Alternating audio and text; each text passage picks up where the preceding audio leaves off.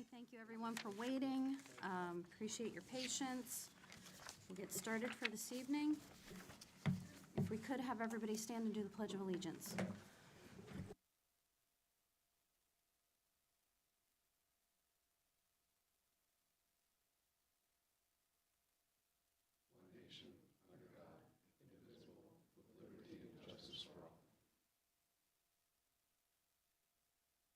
Okay, thank you, Ms. Ramirez. Do you have roll call? Yes. All right, thank you. Do we have Dion and Nikisha? Yes. Okay, thank you.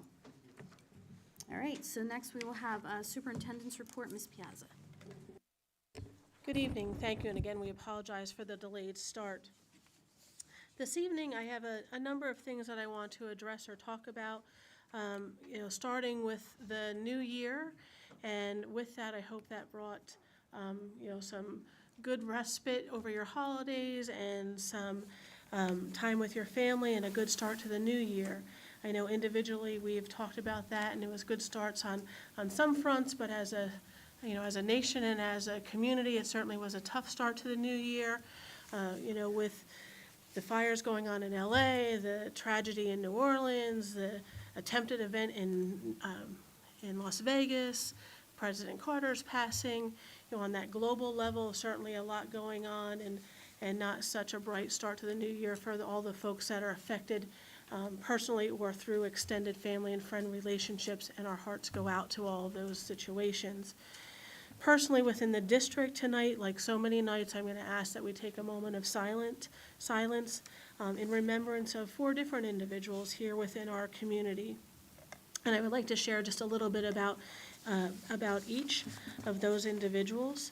First, I would like to express our condolences and our heartfelt thoughts out to the Boylan family. Joan Boylan, who is 73 years old, passed away on December 5th.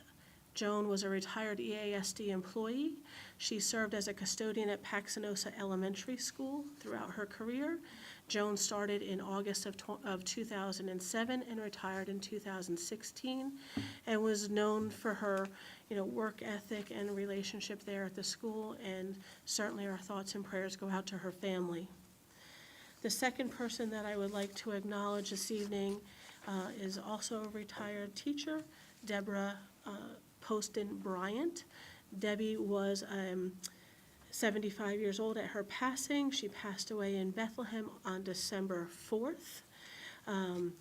Debbie received her elementary education certificate through Cheyney State University, and her love of teaching translated from there into 35 years of service here in the Easton Area School District.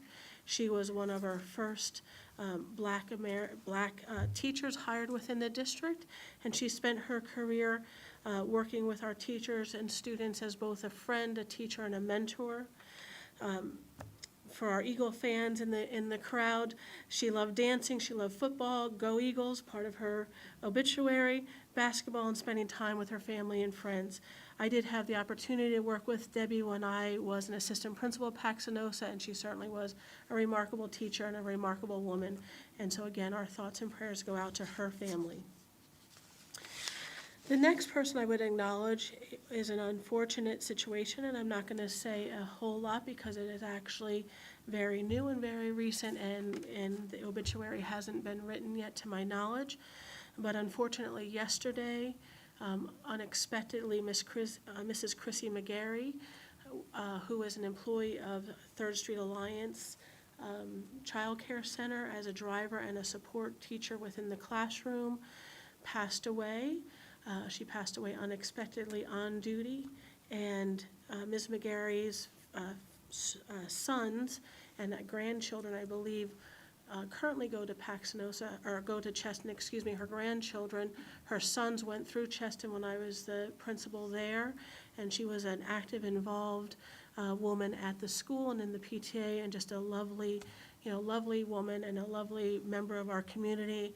And, death is never easy, but certainly when it's unexpected, and so her family had hard dealings yesterday, out of the blue, and so our thoughts are out with her family. And lastly, but certainly not least, I do want to, again, acknowledge Jeanette Cassis. As a school community, we've spent a lot of time talking about and celebrating Jeanette's life, but Jeanette Cassis was our deputy principal at the high school. She spent 28 years here within our district, all but one at the high school as either a teacher or an administrator. She spent 1 year prior to that as a teacher at St. James, which is where she graduated from. Jeanette, for those of you who know her, was a remarkable woman, a remarkable leader, probably the most selfless individual that you'll ever come across. She put others first in all actions of her life. She was a woman of faith, a woman of family, held high regard and esteem for her colleagues and friends. And I can go on and on, about Jeanette, but needless to say, her loss is felt here within the district and across the community because she spent all of her hours with the community of her church, her family, her friends, and the school district. And so, again, she is sorely missed, and our thoughts and prayers go out to her family and friends and our district's family and friends who were colleagues of hers. So I do ask that we take a moment of silence to remember all of these individuals as well as those that are in your life that you're thinking about today, with a thought and a prayer for their families and friends who have survived the individuals that we've just mentioned.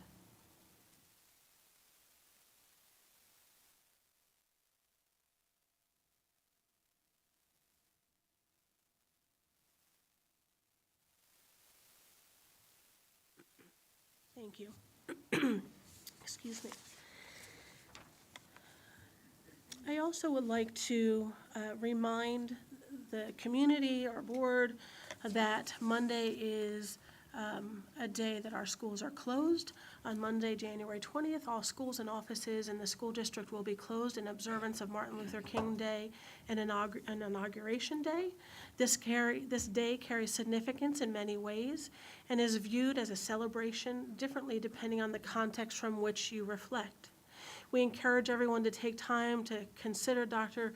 King's enduring message of love, equality, and unity, reminding us that we are stronger together and the nation truly thrives when we embrace the values of everyone's individuality. Additionally, we recognize the historic nature of Inauguration Day and the opportunity it provides to reflect on what moments this means for our country and our diverse experiences within it.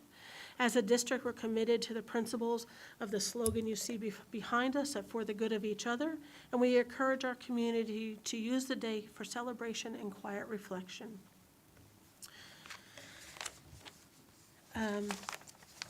In addition, I just lost my notes, but in addition, I want to talk about high school graduation.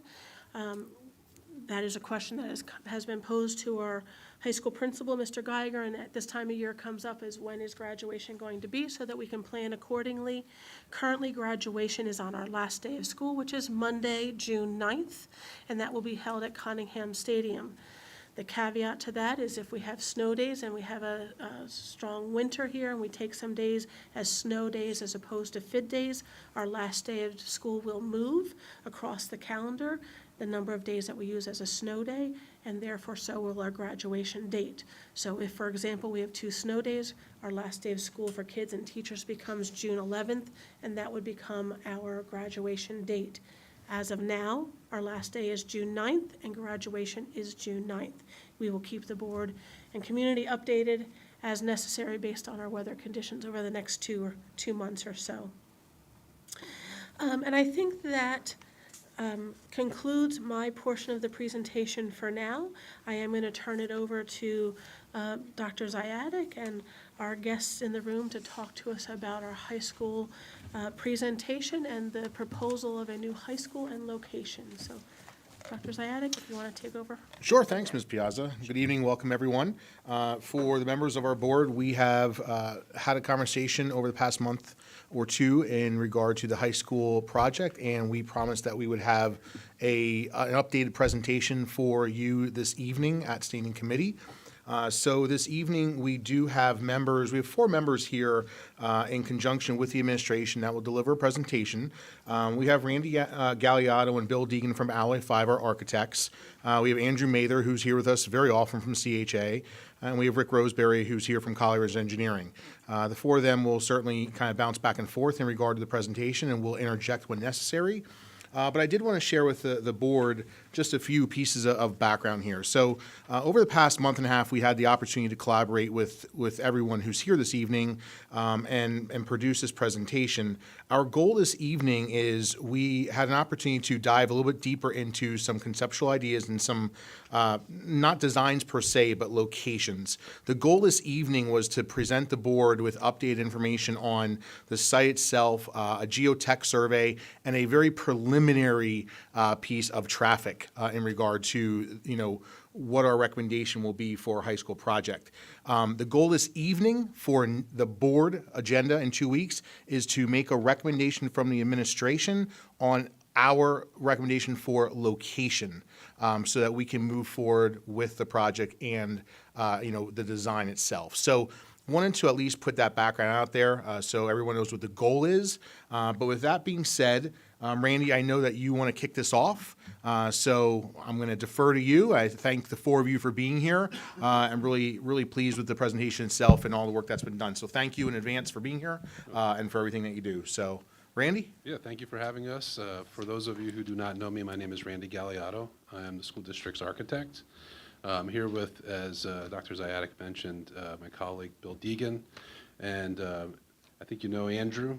But Rick, if you could just stand up for a minute. Rick is our civil engineer. He's been the school district's civil engineer for probably the last 10 years. And not that we have many traffic issues at the high school or soil issues, but we brought Rick here just to talk about some of those things tonight. And I did want to recognize him, and he's going to talk briefly.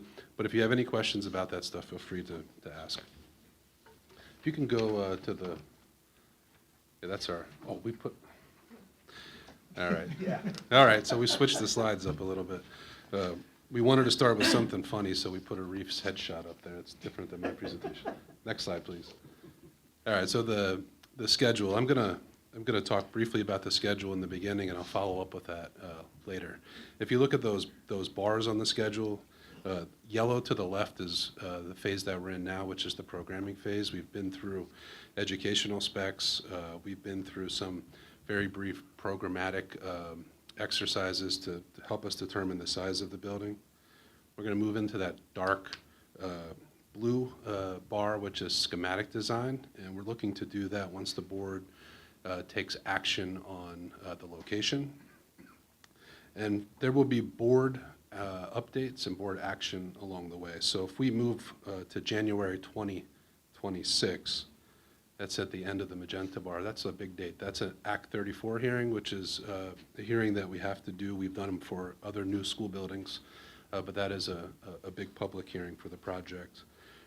And along the way through construction will take us out, and we're still working towards that July 2031 project completion date, which would make the school online for 2031-2032 school year. I'll say that we are working hard, and we do have a big team working on that yellow bar information, and it is a big task to get the schematic design done by August. So we are looking forward to doing that deep dive in on that. So if you go to the next slide, I'll give everyone a brief overview of the existing high school. You see those yellow stars indicate entrances that we will be working, that are existing, that we'll be working to improve. The red stars are the entrances to the high school now, and those big red bars are the existing footprint. We are about 377,000 square feet of real estate that exists today at the high school. Student enrollment is just over 3,000. We have a square foot per student at 125, and I know you've heard us use that as a benchmark, good benchmark for determining an appropriate size for a school building. And then the capacity. The capacity is, you're right now operating over capacity at the school at 109%. That just means it's bursting at the seams, can of sardines, all those things that you can mentioned to reference a tight building. If you go to the next slide, it's been 2 years now since, or just about 2 years since we did our building survey to evaluate the existing building. And we did a board tour in March of 2023 to show those existing conditions and present that to the board. That really kicked off this process and I think led the board to direct us to not look at a renovation project, but to look at planning a new school. So if you go to the next slide. Some of those conditions that you see, just as sort of an update for those who may not know, the existing building has seen better days, flooring, ceilings, plumbing fixtures, electrical systems, but most importantly, just the general size of the building. The building was built extremely tight. Some of the things that you're going to see on the next slide are the overview of how we evaluate the building, or every building. So we look at site, structure, the architectural components, mechanical and fire, electrical and plumbing. And when you look at a school building, you should look at this chart and you should see all green. So the ratings for each one of these components, if it's green, that means it's good, it's good to go. If it's red, stop and fix it. I'll pause and just say that this was actually 2 years old. And when you think about this project, remember that these things that we're looking at on the screen are expected to last another 7 years. So you may see an HVAC control system that is green now, but it is likely to be yellow or orange by the time this new building comes online. And most importantly, some of those red items that you see under architecture, like circulation and stairs, some of those safety items, they're not fixable. They're not easily fixable. They're not things that are you can't just replace those items like a roof. So they are big challenging items. So that led us to start the planning process. And if you go to the next slide, I'll hand it over to Bill, and he'll talk to you about what we've been up to and where we're at with the planning. Yeah, so just to start off the conversation about the planning process, back in March of 2023, we came to you with 4 concepts for schools on the existing site. And the idea is that we looked at a bunch of different types. We had renovations and additions. We had a hybrid, which reused the auditorium, adaptive reuse of that with new building in the same zone, which is the tiered parking. We also had just a new building. And then in the corner by the baseball field, number 4, we had a new construction in the lower lot. And so, as Randy was saying, renovations and additions are difficult to do on a building like this. And what we mean is that we can't necessarily make the stairs wider or the corridors wider because they're bearing walls. So also there's the issue of the floor to ceiling height. When we're trying to put new systems in that are above the ceiling, with a low floor to ceiling height, it makes it really difficult to do those things. So I think collectively, we all considered option 4 to be the best option. That was to build new down in the corner by the baseball field. Alternative locations exist on this site, and that's what we're here to talk about tonight. But they require more master planning. We're going to affect more of the site, so we have to determine if we put the building here, that means we have to possibly rebuild some athletic fields over here, reroute some roads. So to get further options, it requires a little bit more work. And we're going to review those alternatives tonight. In October, pretty recently, we came and we talked to you about the programming and the benchmarking. And the benchmarking is really significant because it allows you to go out and see what's working, talk to people who've been living in projects and understand how they're working, what they really like, what they don't like. And also at the same time, we were developing the existing program and the EdSpec Target Program. So the EdSpec Target Program is the big wish list, right, of what could we do if we're going to build a new school and how would we do it. And also, how much size is that going to require? So we ended up with a number of 535, and we're going to talk about that number tonight because we think that number might be a little bit too high in some areas, because the size of the building is directly related to the cost. So we've been working to try and bring that number down, but also not to sacrifice any of the educational initiatives that are within that. So if we go to the next slide. Yep. These are our guiding principles. We're going to review the test fit, so I want to just go over our guiding principles. Anytime we're talking about design, we're talking about programming, we always head back to these, and this is one of the things that we've been developing. The guiding principles, the common space is the main hub for students to gather and learn. It's really the heart of the school. And really what that means is in your current school, there's a lot of areas, hallways, where you can only use them to go from one place to another. But we're going to activate the circulation, the spaces outside of the hallways, to get more efficiency, more learning per square foot within the building. Flexibility in education and career ed spaces, equity in academics, athletics, and arts. So equity across all programs, that we bring everything up. And administration centers for students, for services and engagement. And I really like the way that you work with students for the full time that they're here. That's, to me, something that's really unique. And I could see if I was in high school, I would have really liked to have that one person or that one center contact. For design requirements, we want a flexible design. We want better vehicular and pedestrian circulation. It's a really tough site right now for that, and I know the school struggles to deal with everything that comes at them in a very small amount of time. Numbers of cars, buses.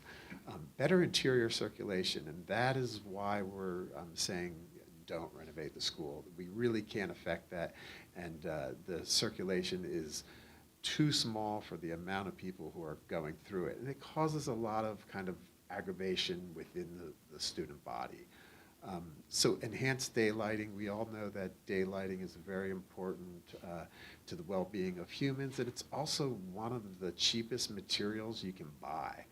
When you talk about how a school looks and feels, daylighting is something that really stands out. And top-notch school safety and security. Always considered and will be for us. So if we go on to the next slide, we're going to look at 4 locations on the site, and we're going to look at test fits. Test fits are like when you go to the tailor for the first time and they kind of size you up. They are looking at, we are looking at, how does the building, the square footage from the program, fit onto the site? How does that relate to the roadways and to all the external conditions? These test fits at this stage are not designs. We're basically looking at the massing and the scale of the building, how will it fit, and how does the circulation of the site work?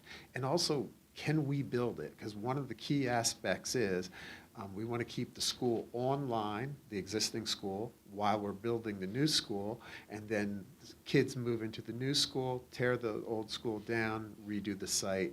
That's the end game. So location is very important to make sure that the constructors can actually have the room to construct, and that the children, the kids, everyone is safe on the site. And that's it, really. So we're going to go through these 4 test fits, and if we go to the next slide. This option is on what's known as the Kunkel Track, and it is bounded by Greenwood Road on this side, and we have Route 22 runs across, and then we have William Penn Highway and 25th Street. So it's the exact opposite side of the site. It does some things extremely well.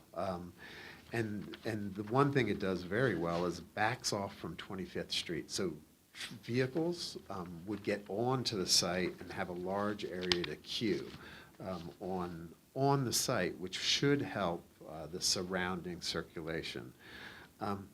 It also has a good distance from the existing school. So building over there would have very little impact to the education, but it would have impact to the athletics.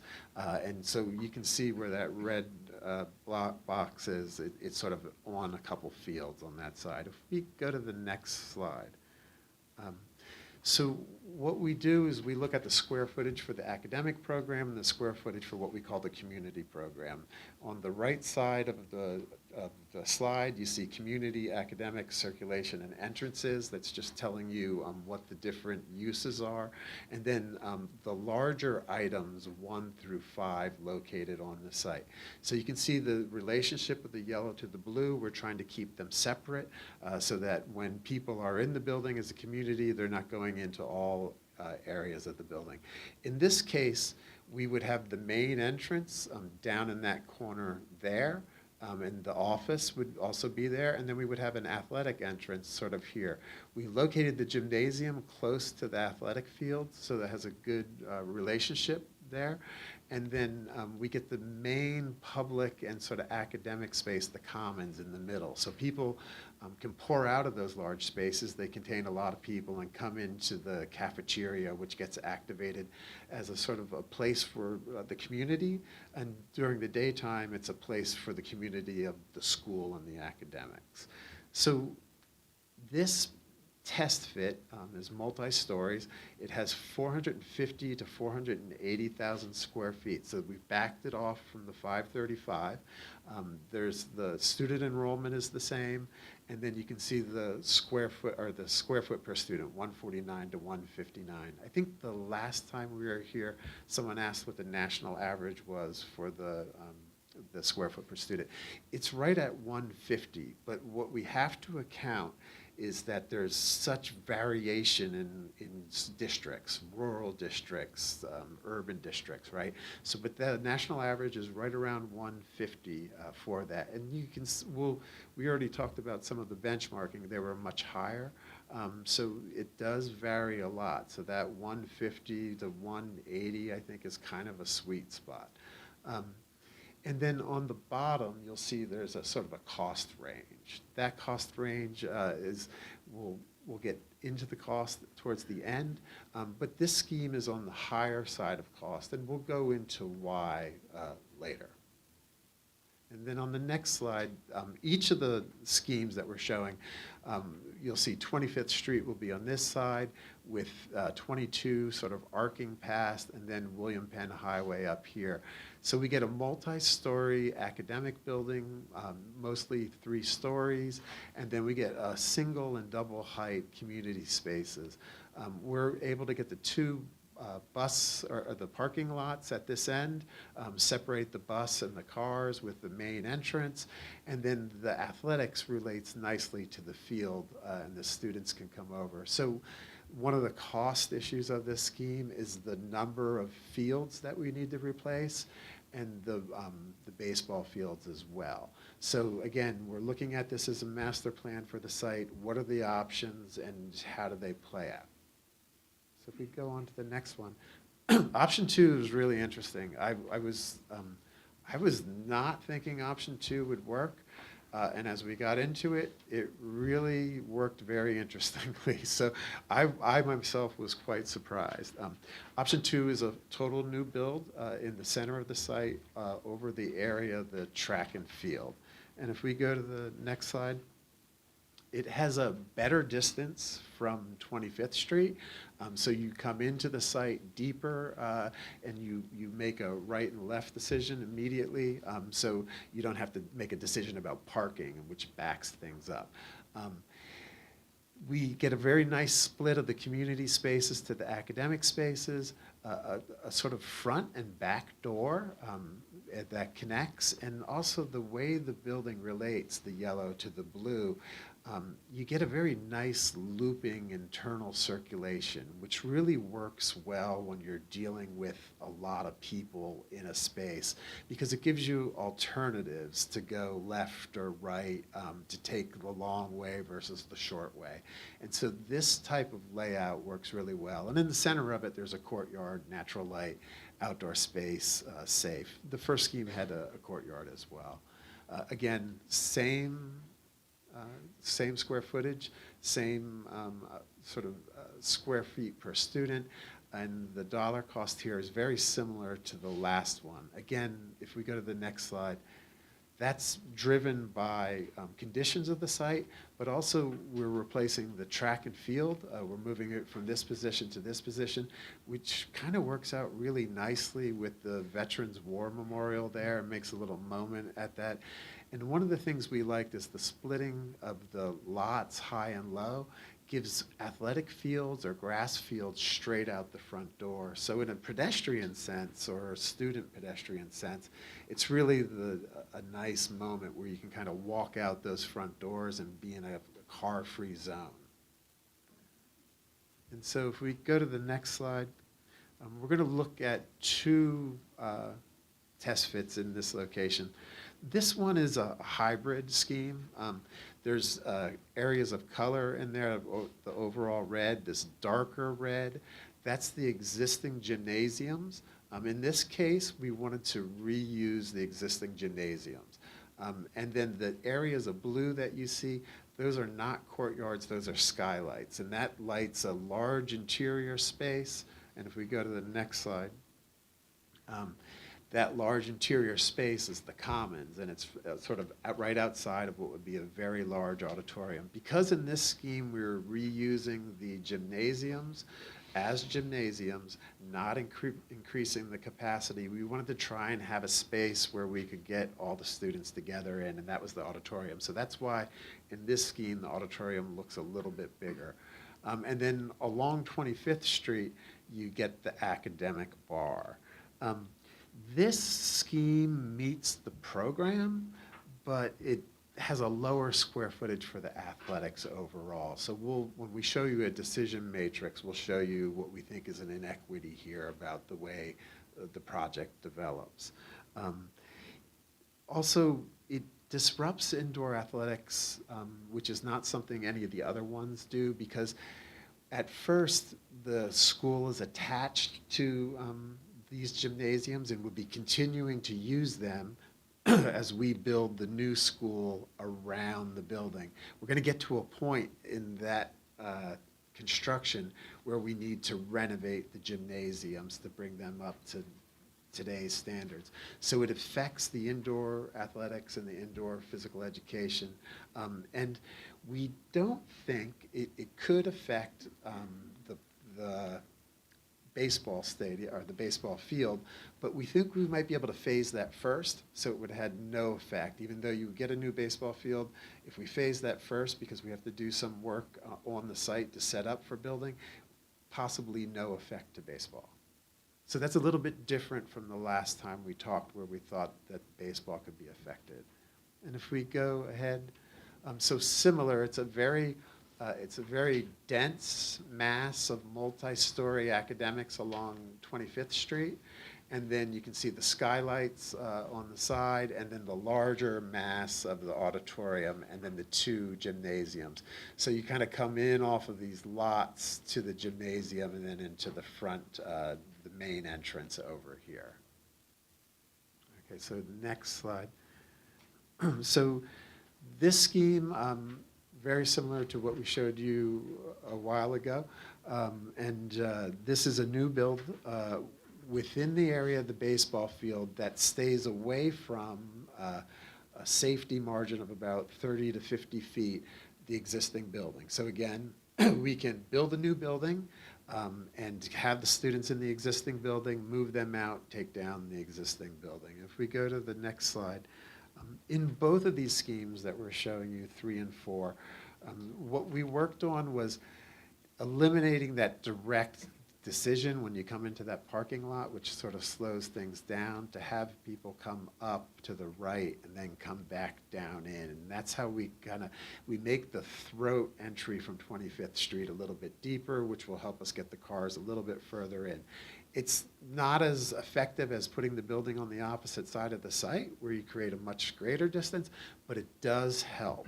And so there's some other things that we'll be looking at, and we think we can affect that positively with a longer ramp in and different things like that.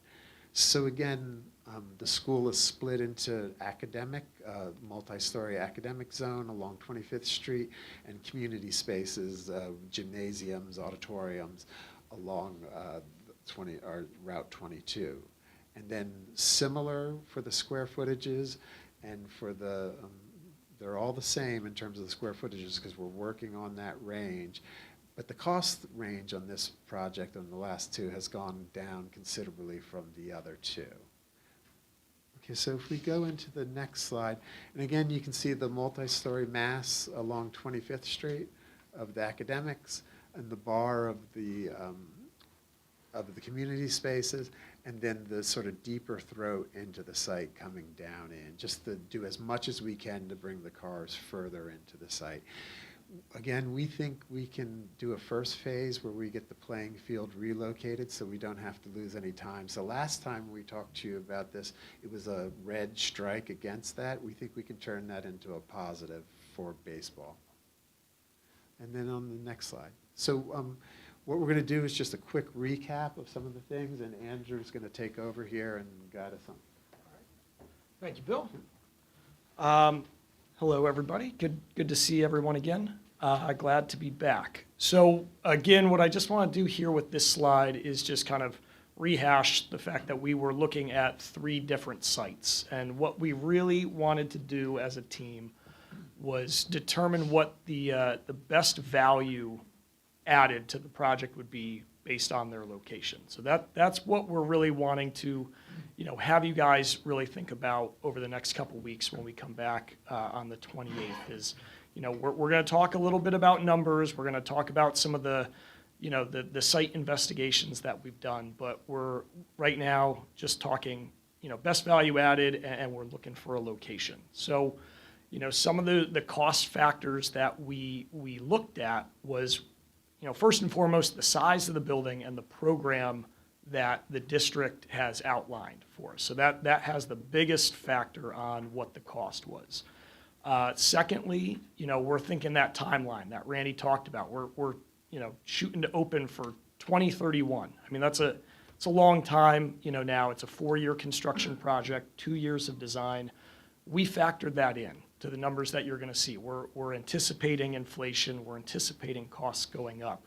So we're already considering that when we start laying out these budgets. Site infrastructure, right? We could have gone, if you had the opportunity for a green field, those come with, pluses and minuses, as well as looking at the existing site. Some of the benefits to staying here, at this property is, we have site utilities already. We have roadways that bring you in already. So those were some of the big pluses to staying here. Not to mention, one of the big challenges would have been finding a location that would have been suitable, for a brand new high school, especially of your size.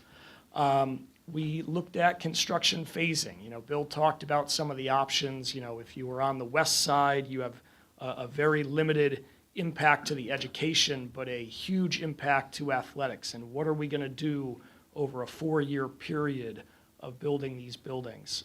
So we looked at phasing, and then also very importantly, we looked at subsurface conditions. And we have Rick here to help explain some of that as well, or go into some details if needed. But we all know that this is a challenging site. Right, we know what happened at the Kunkel Field, so we wanted to take a look at some of the other areas that have not been as explored in the past, and just see what we're dealing with. So on the next slide are kind of the results of some of our investigations, and what we did was called a 2D resistivity scan. Right, Rick? That's right. Okay, perfect. A little tongue twister there. The team had gone out, they put probes into the ground, and they sent electrical current through to try and map the subsurface conditions that we can't see. It's not a perfect science, but this is, state of the art, and what, where everything's going. We had done ground penetrating radar scans back when we did Palmer to help identify these. This takes it beyond that. We're looking now down 100 feet deep to find what these conditions are. And, as everybody knows, in Palmer Township, in the Lehigh Valley, this is an area that is a very karst geology, sinkholes, limestone. This is something that, we would expect to have issues on this site. So what you can see are areas of pink are not great.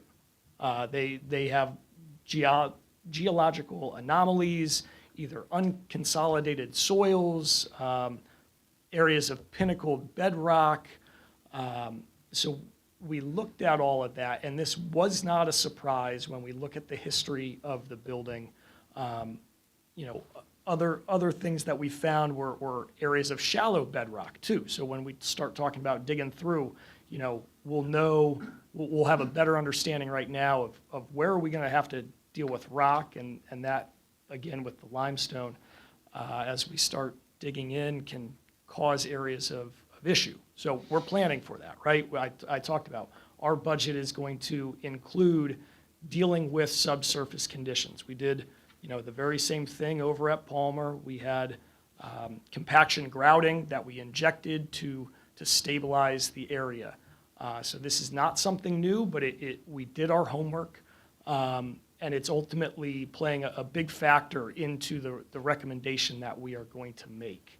I want to thank Ken for the 2 photos in the bottom, which he was able to pull from the archives that show kind of the boulder field where the track is from when the original building was built, and they blasted, and they took rock and they put it in there. So we know that that's an area of fill with not the best underlying stability. So on the next slide.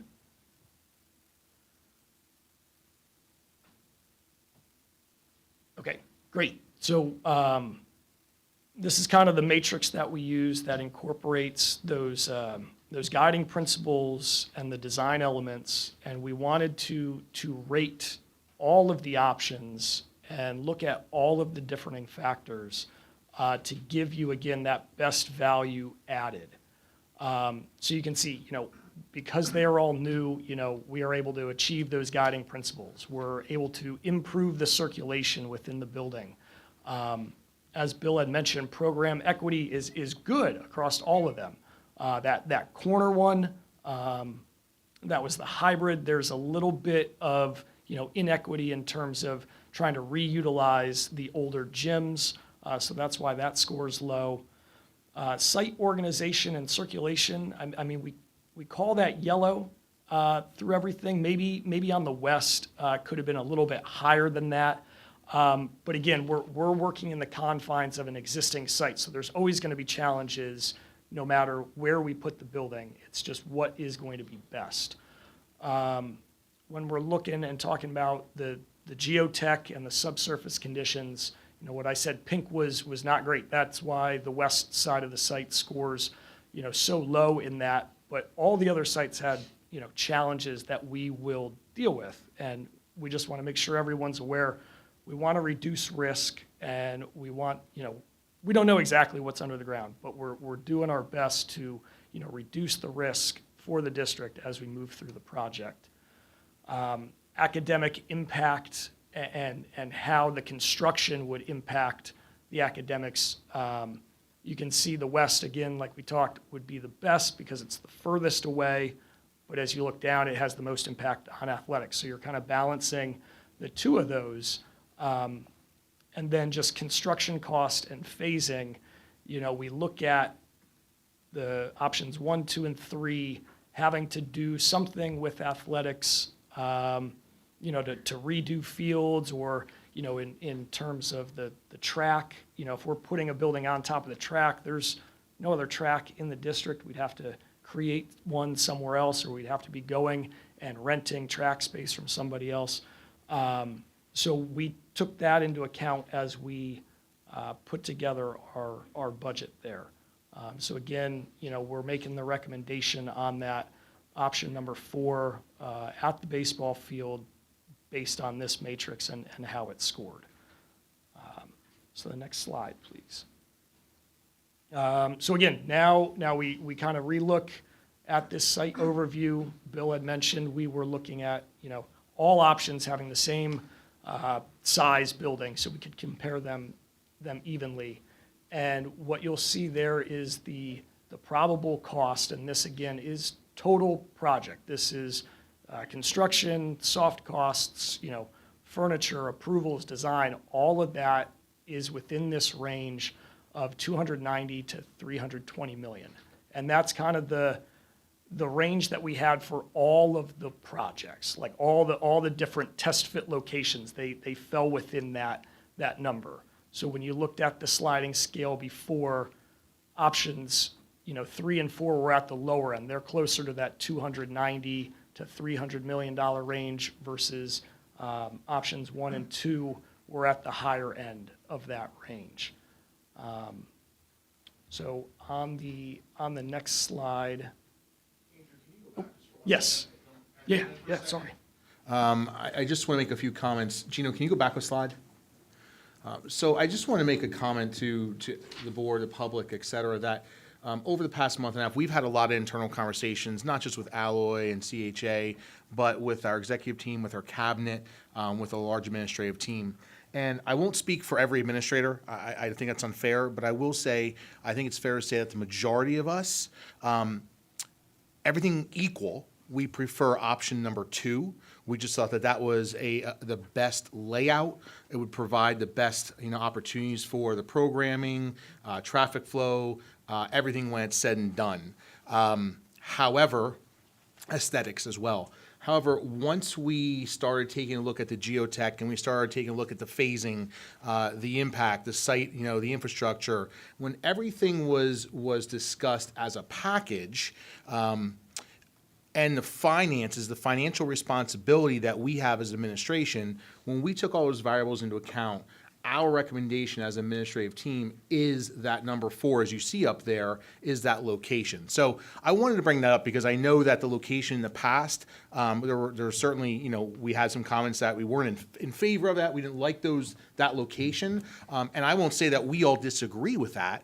I think some of us agree, but when we took the entire package into account, we feel very strong in that the recommendation from the administration is in that location for a new building based on all of those variables. So I apologize for interjecting, Andrew, but I think it's really important for everybody to know that we, when we had those discussions, what that entailed. Yeah, no, thank you very much for that. There's pluses and minuses to each one, and we're just trying to balance and make sure that the district is looking at what's going to be the best value and best for the students. I kind of want to just put, I understand it's a very large dollar amount that's on the table. I want to bring that a little bit into perspective on a much smaller scale. When we built Palmer, our all-in cost was about $35 million. And we were going out to bid right around 2020 on that project. Neighboring over in Bethlehem, we're doing the Fountain Hill Elementary School, which is a smaller building. That's about 85,000 square feet compared to 100,000 square feet for Palmer. The all-in budget for that is about $65 million. So, just as time is going on, the costs, we can't stop the costs from going up. But just, what we'd be looking at is building, 5 elementary schools is what, this high school would be. And that kind of makes sense. You guys have 7 within the district that all funnel up. So I just want to kind of put that into perspective, how much the costs have been going up, over the past 5-6 years. So I think on the next slide, it's going to go back over to, I think we had this schedule there. Yeah, we just wanted to kind of reiterate, where we are. We're at the end of the yellow. We are, looking for some direction from the board at the end of the month so that Randy and his team can really get started with the schematic design. And again, what they had mentioned was these are test fits. The layouts that you saw were not set in stone. There is, the chance for everything to be changing. I'm sure it will be modifying slightly from what you saw. And again, as we look out, to construction in 2027 to 2031, our budget was taking that into account. That's tomorrow's dollar that we're putting down rather than today's dollar. So we hope that budget would stick throughout the life of the project. All right, and I'll turn it back over to Randy. It's up. Next slide. So we just wanted to just end with talking about our next steps. We're looking for the board to vote on the 28th on the site selection. We want to begin schematic design and move in from conceptual design and programming in February. As I mentioned, our schedule would have us finishing schematic design in August, and that is a tight time frame for a large building. We want to also take that February timeframe to pursue funding and grant opportunities. We do feel that this site is a good example and a good candidate for funding, especially considering the state roads that it touches and the fact that it is a multimodal facility. So we do want to aggressively put our team on doing that, and that's going to take a commitment from the board as far as direction on where that building is going to sit on the site. And then we'll just continue developing the timeline, the budget, site and traffic study, which Rick's team is going to do, continue our design meetings, and then just ongoing community outreach and input. We're here. We're happy to answer questions. I'll remind you that Rick's here too, even though he didn't say a whole lot. But he is here for any site questions, dirt or traffic related, and happy to answer your questions. Thank you. Yeah, thank you from the team that presented this evening. So again, the administrative recommendation for the board agenda will be that site in order to request approval to continue with this project based on that location. But, prior to that, we certainly opened up this evening for any questions, concerns, suggestions. Any bit of feedback is valuable to us so that we can move forward. But I'll open it up right now to any questions that anybody might have or comments. I just have one quick question. When we did Cottingham, I remember there was a soil issue that came up. I just want to make sure that the soil was considered like treated, I believe, and it cost us like, what, $475,000 extra to do that. Basically want to know, are there any surprises on top of what you've done with your, whatever the geo thing is that goes down with the probes? Have there been, is that, I don't want to see that happen again, where all of a sudden, well, now it's going to be $1 million extra to dispose of the soil or something, because we didn't see something when we tested. Yeah, so we have a lot more soil testing to do. I'll say at Cottingham, the state lowered the acceptable limit for arsenic, and we just have arsenic inherent in our soils. But the true problem at Cottingham was that we had to export that soil off-site because we had to put the stone bed in for the turf. In our case here, that won't be an issue because we will balance the site, meaning if we dig 1,000 truckloads of footings, we're going to move that dirt on the same site, so we won't have to take it off-site, so we won't have that issue. Thank you. Yeah, but we will be doing additional soil testing and infiltration testing and all that stuff related to the chemistry of the soils. And I answered Rick's question for him, so. I said it right, okay, so I got it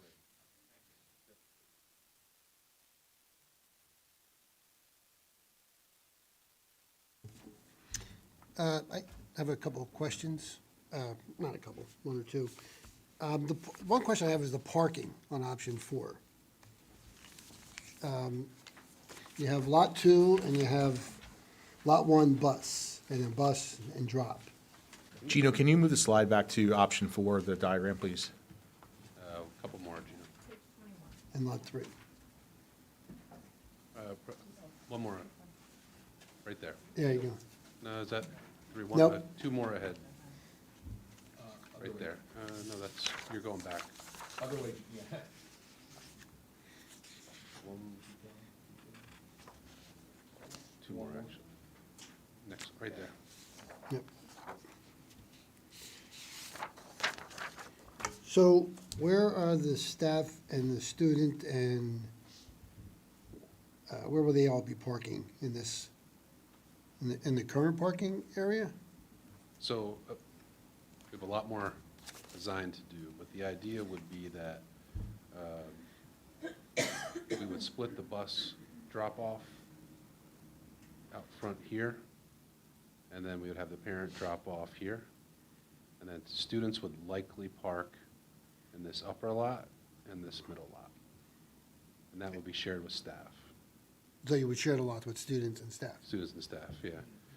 And I think an interesting thing from the option before this, if you go back to 3, One more. when we look at these test fits, we're going to learn something from each one of them that we might bring forward into another scheme. And in particular, this layout of the lots was related to the existing retaining walls that exist there. And it allowed us to get a little bit sort of deeper into the site. And so I think we would try, as one of our first initiatives, to resurrect that parking scheme into the other option. And, you know, we've already been talking about ways to do that because it works a little bit better. Yeah, and I'll say, if you are, park in the student lot, now the one way to get in, one way to get out doesn't work. Yeah, So we yeah. would look to have 2 ways in and out every lot. I was But if- just curious, that all the way up here, getting into the school for staff and students, if you go to lot 2 there, so, and then what would lot 3 be for? Which is So the just- current lot, It's overflow lot. okay. Again, we have a lot of more homework to do. We were trying to get an understanding of how far we can get separation between parent and bus. I've been tracking my wife dropping my daughter off in the mornings, and Life 360 is great because you can see exactly where she's sitting for how long. Once you get into the campus, everything becomes very chaotic. So we want to try to get the buses behind the building and the parents, either one split, one behind the building, one in front, and go from there, Mike. So it's we have to do a lot of homework on that. Well, I know this very basic concept, I get it, I just was curious, looking at that picture. But we do have enough parking that we would probably be able to abandon what is currently the upper tier lot. Okay.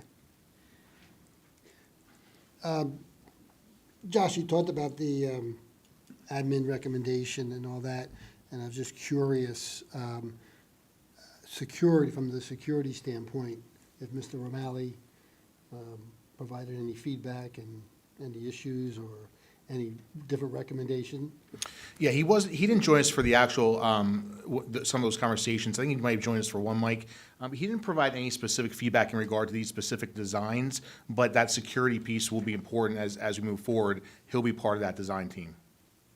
Oh, of course, okay. Is there any other questions from board members? I mean, I have one more follow-up about the financing and stuff like that, but I didn't hear, I mean, is the board ready to put this on the agenda and vote? I mean, again, it's just for the site pick. I could ask a question. I was just curious about what the conversation is like around placing the school, say, right on 25th Street versus inland, so to speak, from all of that traffic and noise. Is the schematic that had the school in the middle with the fields right there, so that the students can walk from the school to the fields without having to go across 4 parking lots, right? So, but it also sets the school apart from that busy thoroughfare. So certainly that our professionals answered that question, but I can tell you from our administrative standpoints, for those of us who liked Site 2, that's exactly why we liked it. Aesthetically, it was a more pleasing site. You know, I think about when I build a home, I'm not gonna build it in the corner of my property. I'm gonna locate it in a space that's, gives me the benefit of the whole land. And so I think all things equal, we would recommend Site 2. The reason that we're not is the geo study really kind of pushed us away from that site. And that's still a viable site if you want to pay the dollars and cents it's going to take to remediate the land underneath. The reality is, as we know it, Site 4 is the more stable and secure parcel of land, but not necessarily the most aesthetically pleasing parcel of land. Right. And I'll add that we are going to try to get a parking lot. That scheme shows a road around the entire school, which will be used for emergency access, but hopefully to help flow. But we're going to try to get a parking lot buffer between 25th Street and the building. So this building footprint that you see is a lot more sprawling than it will be at the end of the day. We'll look to compact it, which I think will address that concern. And then what about solar energy? Like rooftop or above the parking spaces, are there better opportunities for grants if one implements solar? Yeah, that's Technology. one of the avenues we are going to pursue. On Palmer Elementary School, if the board recalls, we have a roof full of solar panels. We were able to get just about a $2 million grant from the Commonwealth Financing Authority for that. So we would look to do the same thing, and I'll say, as long as it doesn't add to those numbers, we'll pursue those. If that makes sense. You're welcome. Question about the traffic flow. What are we anticipating from PennDOT about any changes to the traffic flow from what it is now and how it's going to impact the design?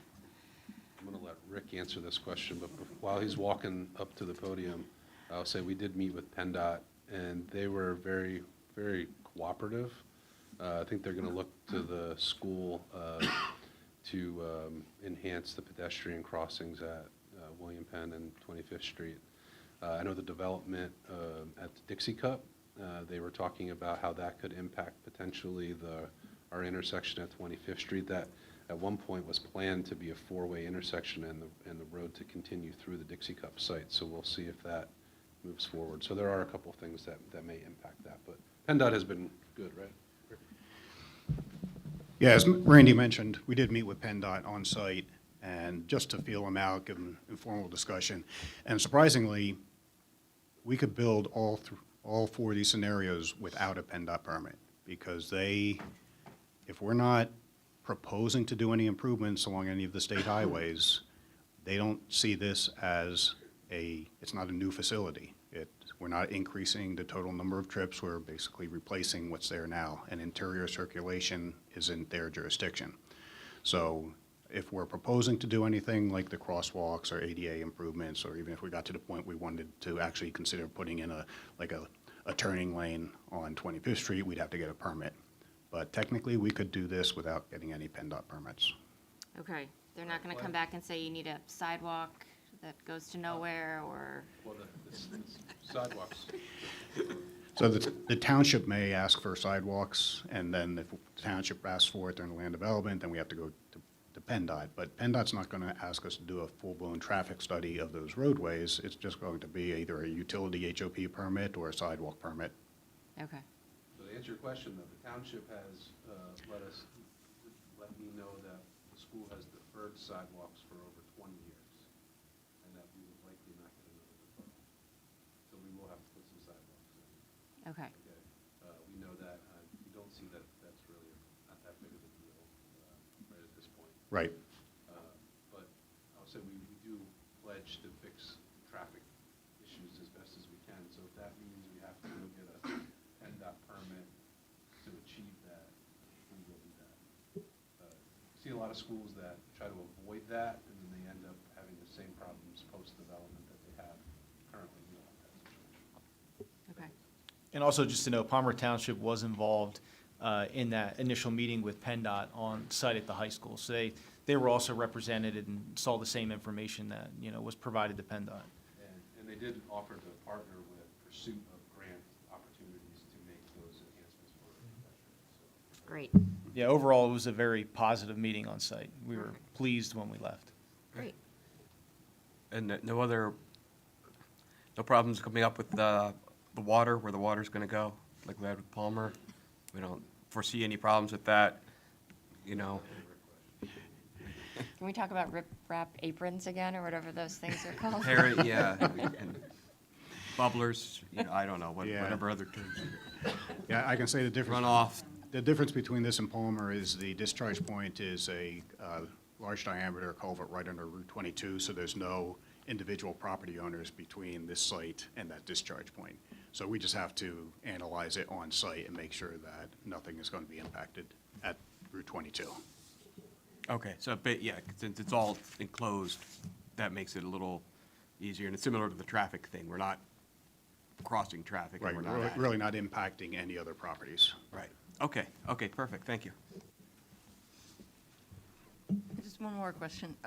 Has there been any discussion about the proposal to put that $1 million or million square foot warehouse with proposed like 200, 300 tractor trailers moving through 22 off the 25th Street and 13th Street exits and entrances? Is that part of the conversation with PennDOT at all? No? No, it was not any of our conversations at all, and I personally don't know where that project stands as far as PennDOT permitting is concerned. Okay, thank you. And also, PennDOT did say they don't see issues with 25th Street really related to the school. And I think there's a lot of truth to that, so. They do recognize there's other issues.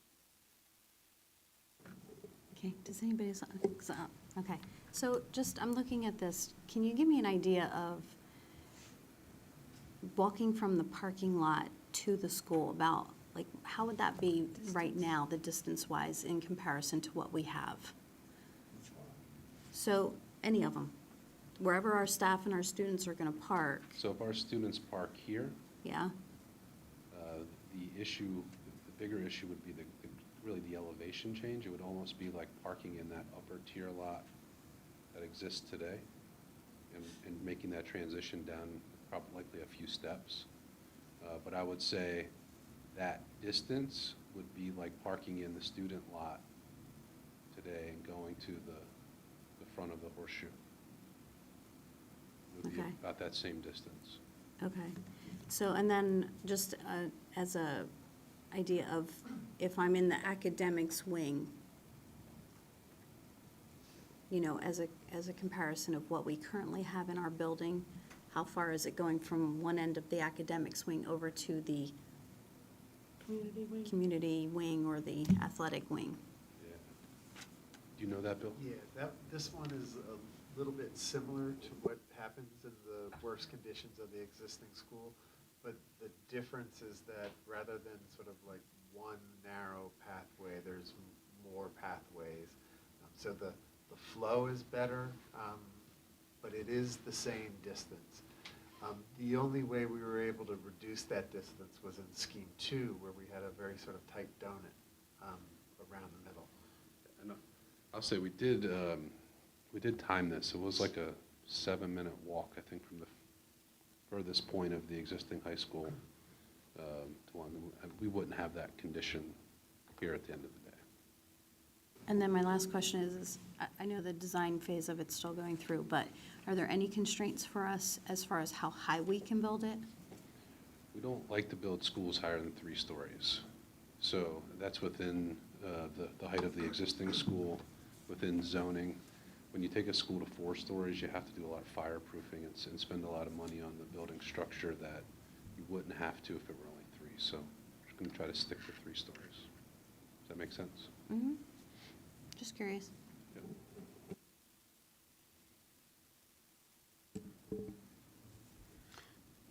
So, I mean, we've been talking about this for 3 years, and as the price continues to climb, as they've said a number of times, not that we're gonna rush anything because of the pricing, but it is a factor. So, I personally would like to recommend that we move forward with the schematic design. If the administration is recommending Site 4, I'm okay with that, but I will qualify that I think the next step, while they're doing that, because they need to get on that, is we set up a meeting with the finance team, Raymond James, and talk about, there's been a number of options, a number of scenarios on what we need to do as a strategy to fund this. One thing, and, you know, I know Jack will be up to speed as soon as he can, but One thing we did in the other building projects is, when we talk about this number at 290, it may not always come in at that. If we get moving now, and don't forget, we can borrow in phases. So we don't need to borrow it all and then have money at the end. We can borrow it as we're moving along, as this is a 4 or 5 year project. So it gives us a little better scenario for borrowing and being able to finance this project, this needed project.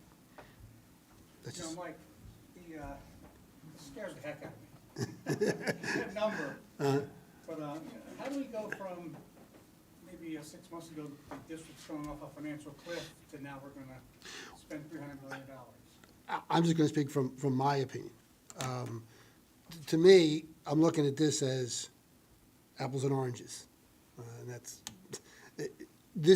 we've been spending over on the general operating budget. We've been overextending ourselves there and not watching, not following, I don't believe not being told the full effect of the financial decisions that were being made on the general operating side.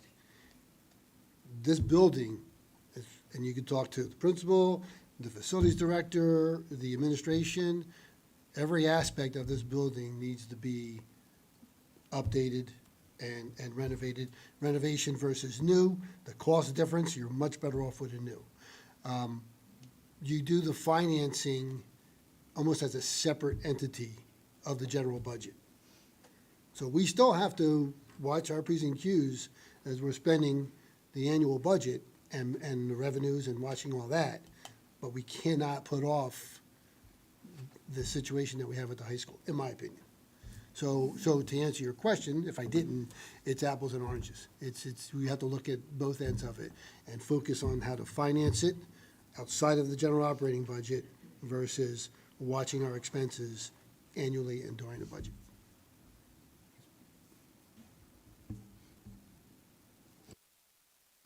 Okay, are there any other questions? And you're looking for us at the next meeting to make the decision?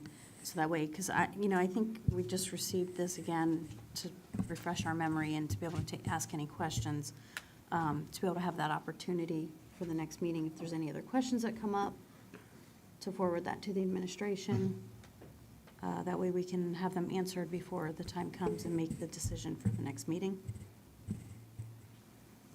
Yeah, that's exactly what we're looking for, really. The decision on the site is critical in terms of keeping the ball rolling and the process rolling. Mike hit the nail on the head in terms of financing. We have a couple strategies in there. One is our due diligence with our daily operating budget, putting money into our capital projects and fund balance there. One is the bond issue and the borrowing, and the strategies that apply around that. Certainly talking about what our tax increase is, and is there any of that increase going specifically towards the building? That may or may not be a popular conversation, but it's a reality of a conversation as another strategy. And so I think, Mike answered that, as we would expect, with pretty full detail. For us, there is a decision for the board to make. Our recommendation on structural continuity, and from that perspective of where are we going to spend the least amount of money to remediate land and then do our building, it's option 4. If you talk to us about what did we like, it was option 2. But I think, when smarter heads prevail here about the word's not coming to my head, integrity, thank you, that's the word I was trying to think about. Cost of the building, what we're going to see in the product as a terms of a full building, as opposed to what you're not going to see under earth to remediate the earth. I think our smart bet is to recommend 4, and then really work closely with the team here to build the building that we want to serve our kids for the next 100 years and be proud of that building. It's a hard decision because we know that this building is going to have to last for the next 100 years, or the next, until the next iteration comes about. And certainly, then we have to pay attention to the earth there to make it a, aesthetically pleasing piece of land, as well as we're building that building in that area. So the board can certainly toss that around, ask us as many questions as you want to about those various sites that were proposed. But at the end of the day, next 2 weeks from now, we are looking for a decision on a site. You have some, indicators of where that cost is going to fall on that little continuum. What I will say is from a district perspective, right in this moment in time today, we're keeping in mind that high end, that 320, hoping that we land at the low end. But from our investigation phase and how are we gonna finance this, we're thinking about what is the worst financial case scenario and plan for that, and hope to land in a much better spot from that as we have this conversation continue on. And so again, we encourage you to ask us questions. We'll forward them into our professionals if we need to. But next week, we'll spend as much time, or 2 weeks from now, answering those questions if they haven't been satisfactorily answered. But our goal is to walk away from that meeting with a decision on the site, whatever that may be, whether you support our recommendation for Site 4 or whether you have a different thought. We'll work within that, but know that the dollars and cents will change depending on the site that is chosen. The other thing to keep in mind, and we're certainly not starting at ground zero in terms of the building diagram. We've had plenty of conversations around this from an academic standpoint, from a structural standpoint. And when you talk about and see those numbers there that relate to the square footage of the building or the per pupil square footage, that may change to some degree with the design, not wholly, because even though our educational perspective may change into this more free-flowing space, this more adaptable space, a little bit creative, that may or may not be able to allow us to shrink the building. You've heard me talk a little bit about whether we need to actually have 3,000 kids in the building at the same time, or do we have a different perspective around education where kids are ebbing and flowing? And those are all decisions to be made over the course of time. But regardless of that decision, it may allow us to shrink the square footage of the building to some degree, and it may not based on the educational program of those spaces. We also may not need to hit that 180 ideal square foot per student because the space that we're looking at is not the traditional space that we might think of a box classroom with 30 seats sitting up and down a row. It's a more flexible space for movement for kids, and so maybe that looks and feels differently, and that all comes in the design phase with certainly our administrative and district employee and community input, but notwithstanding the board's input as well. And so I think that's where we're at. We've had plenty of discussion, and now we need to finalize opinion, perspective, and really put that into the design mode. And then with that, the cost on that continuum will come out in a clearer light. But we've had plenty of conversation with the team that is here presenting that they feel very, very comfortable within that continuum of 290 to 320. This building can be built to be the state-of-the-art district building that we want. It's just where across that continuum based on the location decided and the ultimate design that's decided.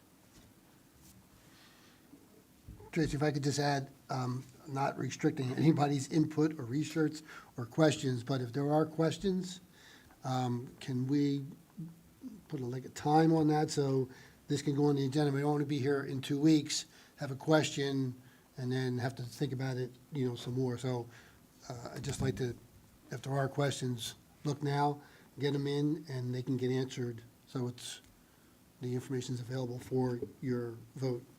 Yes, our meeting is on the 28th, and so we would look to have you really digest this over the next few days and next week, start pushing those questions out so that we can get them answered, hopefully by that Friday prior, so whatever that date is, the 24th. And then as we come back to the meeting, we certainly will answer questions that are still existing or further clarification from the written communication that has happened. We're certainly not opposed to jumping on to a Zoom if I need to answer questions with any individual or a group of board members as well. But preferably we do that as a collective unit so that the information flows amongst all of you and not just one or two individuals that, conceptualize all the questions that may be there. But we will plan to have a motion on that agenda with a specific recommendation. Okay, are there any other questions or further discussion? I just have one question, and it's kind of open-ended, and it's more out of curiosity. is this going to be the most expensive educational project in the Lehigh Valley history? I mean, just looking at that number, and I'm being, I'm looking at, 320 million. I'm thinking, what? That's a big project. I mean, that is a lot of money. It's three-tenths of $1 billion you're looking at right there. And I'm going to be pessimistic and say it's probably going to be 25% more, which would take it closer to 400. But that's, you're looking 6 years away. You're not 3 years away where we're going to be opening the building and having people, and it's 6 years to completion that we're looking at right now, which means 2 years before we even start anything. So I'm for this new school, but I just think we have to keep that in mind. We have to be careful. Mike's right. These little things here and there might make that difference when we are approving and planning things in the next, 6 to 8 months or whatever, when we start, once we approve the site and get the ball rolling. It's, To your point, Brian, the Yeah. bid number, which is what we'll be locked into, is only 2 years away, a year and a half away? So it won't be that 6-year increase in construction costs, but it's a fair point. When, Yeah. when Easton built the middle school, I think they held that record there for a while. That was one of the largest, educational facilities built. So, yeah, you'll have that record probably for a little bit, but someone will eventually beat you. Yeah, For the next 3,000 yeah, student high school. yeah. Answer your question? So I'm going to say one is that we had the handshake commitment from the group that is here that we're going to operate within the 290 to 320. So the 400, we're not going to see that, or I'll be retired long before that. But we do have that handshake commitment, and that's what that's the premise that we're operating under, is to make it work within that range and hopefully the lower end of that range, because they did factor in inflation across time. I know none of us have that crystal ball to say exactly what inflation is going to be, but to the best of their ability on a high-end prediction, they factored that in already. So I think that's part of the answer, but yes, it's a big and it's an expensive building, and that's why we have to get it right. So that's where we're at. Spring, this first quarter, so we'll report back as to how those came in as well. So we're hoping for good news. Okay. So if there are any board members that have questions or need additional clarification, please get that to the administration this week. Okay, anything else? I think just for the purpose of that, if you can, filter those questions to Josh and Ken. You can certainly CC me on them either way, but I think Josh and Ken can then filter them into the rest of our department, so that we know where they're going and we can get those answered quickly. Send them to Josh and we'll filter from there. Okay? Thank you. And Brian, for the record, you asked what everybody else was thinking, so good question. Okay, so I guess that is the conclusion of our presentations. Okay, moving on to academics. Dr. Draper. Good evening, everyone. Curriculum Instruction Department would like to share a few updates on items that are currently happening within our department, as well as provide some information about some items that we will be seeking board approval during our next board meeting next month. I'm going to ask, I'll begin with Mr. Cook, if he may please share some information about the AP African American Studies course, digital display donation, and Keystone testing.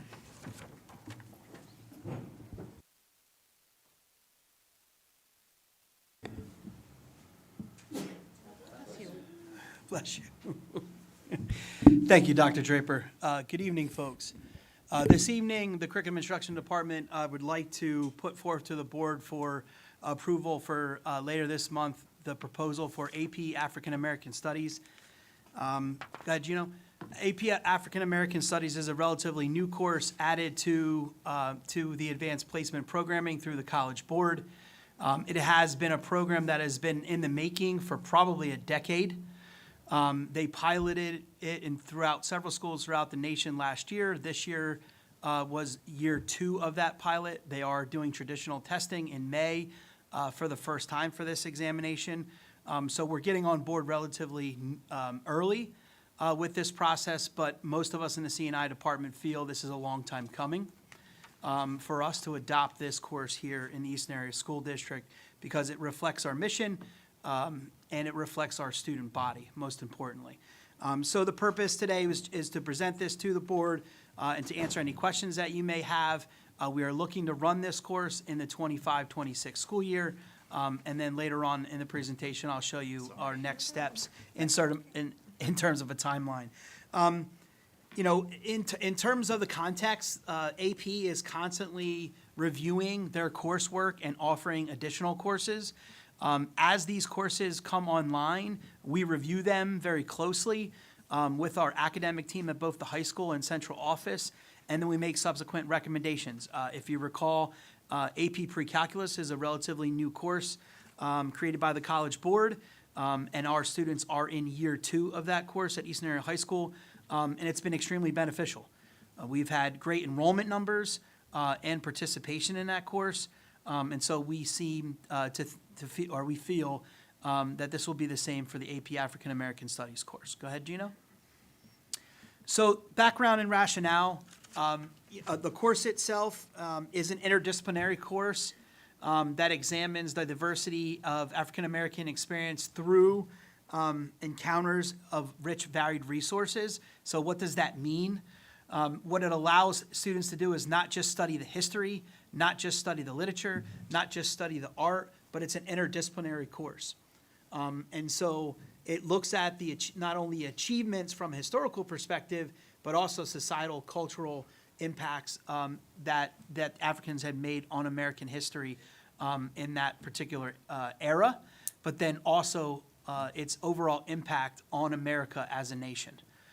The district's alignment right now, it supports our commitment to equity and high-quality inclusive instruction, and then it also reflects our growing interest to offer diverse curriculum and cultural understanding. So it fits in alignment with what the district has been trying to accomplish with our Diversity Alliance work and our equity work for the district. The benefits of adoption, Gino, on the next slide, broke this down into benefits specifically for our student body and benefits for the district. What it provides our students with is a deeper understanding of African American history and culture. It also provides a true interdisciplinary course. So most other courses are very focused in on a specific area of study. For example, AP World History, AP US History, this course, and then we have AP Literature, AP Language. This one kind of melds the two together, and that's what we're looking for in terms of offerings for our students. It also allows for credit opportunities. Those of you are familiar or not familiar with advanced placement, students receive a year-end examination that is taken by all students who are taking that particular course, and they're rated on a scale of 1 to 5, 5 being the highest. Students who receive a 3, 4, or 5 typically receive either advanced placement at college or actual credits, depending on their program of study and that 4-year institution or 2-year institution. For the district, it promotes our equity through diversity and inclusion. It strengthens our curricular offerings for our students, and then supports our district's vision, mission, and of course, the values that we have to provide a diverse and inclusive curricular opportunities for all of our students. Gino? So just a quick overview. The College Board over the years has become very specific in course outlines in terms of what should be taught to better prepare students for that examination and to make it clear that those are the expectations for each of the units. So Unit 1 is Origins of the African Diaspora. Unit 2, Freedom, Enslavement, Resistance. Unit 2 is also the start of the student's individual student project. And so what's different about this course than some of the other AP courses is it does involve an independent student project that students begin working on after Unit 2, and that concludes prior to the assessment. There is a rubric and strict criteria that the students will follow in terms of their individual study, but it allows them to expand in a specific area that isn't covered by the curriculum. So another really good aspect to this course is it does provide for some individuality in terms of what students can study after they're given that foundation in Unit 1 and Unit 2. Unit 3 follows with the practice of freedom, Unit 4, movements and debates, and then there's a whole host of further explorations that the students can get into once they have that foundational skill background that they can investigate as we move forward. With us rolling this out next year, further explorations might be limited as we continue to do this course on an annual basis. More and more of those opportunities will come into existence for our students. Right now, we are offering a minorities and American history course. We've had that for probably over a decade or two now at the high school. And so it is a elective course. It is a 45-day elective course, so it's a 0.5 credit. Enrollment is typically pretty good, but we are predicting that this enrollment would be much higher based upon its AP status and the fact that it's focused on African American studies and not more of a broader topic base. Next slide, Gino. So our course goals, I'm not going to run through, all of these. One of the reasons why I put this on a slide, we don't always put that for all of the courses that we present, is to show you the interdisciplinary nature of the course goals. And that it isn't just a focus on a study of history, but it is much more broad, and it involves a lot of analytical skills, problem solving, things of that nature, that we are really pushing as a district that's important for the success of our students and, of course, their future. Next slide, Gino. So what are our next steps? So we are asking for board approval on the 28th at our regular board meeting. This will be placed in the Eastern Area High School course selection guide. Mr. Geiger is working on that behind the scenes. We have teacher preparation coming up. There is training that's provided by the College Board. Right now, the state of Pennsylvania has actually put out a survey to see if interested districts, if they have X number of teachers available, they will offer training and they will offer scholarships for those trainings. We do have money set aside for professional development for this course, as we do every year for advanced placement coursework. Many times, we're bringing on new teachers teaching the courses, so we do have budgeted money for this, and we are looking forward to training at least one, if not two, staff members to make sure that we can account for potential enrollment numbers. Curriculum development, there are 2 links in your presentation that would be posted. There are actually 3 links. All of those links contain all of the curricular development information. Like I said, over the last decade or so, College Board has taken a lot of the guessing game out of what the courses should look like, what content should be taught, what skills should be assessed. And so all of that information is there for your review if you so choose. And if you have any questions, you can certainly direct them to me or Mr. Geiger. We'll get back to you on those. And then, of course, our materials adoption. So right now, there are recommended materials that school districts in the pilot are already utilizing. We have material in-house that we are certainly going to look at and maximize. But when we look at that curricular development piece, we will come back. We do have some budgeted, money for these materials, but we will come back for that adoption at a later date in the spring once those are selected. So last slide, I believe, Gino, is questions. You want to click one more so I can let them know what I'm referencing here. So all of the information that was presented and additional details can be found on the College Board website utilizing this link. So we'll be posted as a PDF. These links will be hot and be clicked on and reviewed. But if you have any questions, I'm happy to answer them at this time. Mike, I have just a couple questions. So as an interdisciplinary course, where will it fit for students in terms of the credit that they earn? Does it go under? It'll be an elective. Okay. It'll be an elective credit. It could fall under the humanities. Right now, I still think we use in the handbook that idea of 2 credits of humanities in terms of your electives. But it would be an elective course offering very similar to AP Psychology or AP Statistics, for example. Okay. Because we only have a 3-year requirement for mathematics and even for sciences. So, technically an AP Physics or Chem could be an elective for a student because they were only requiring 3 units in science. So there are 4 units in social studies and 4 units in English. This will not replace those core required courses. AP Lang, AP Lit does replace 11th to 12th grade ELA, and AP Gov for 12th grade and AP World History do replace it for 11 and 12. But this would be strictly an elective offering for students.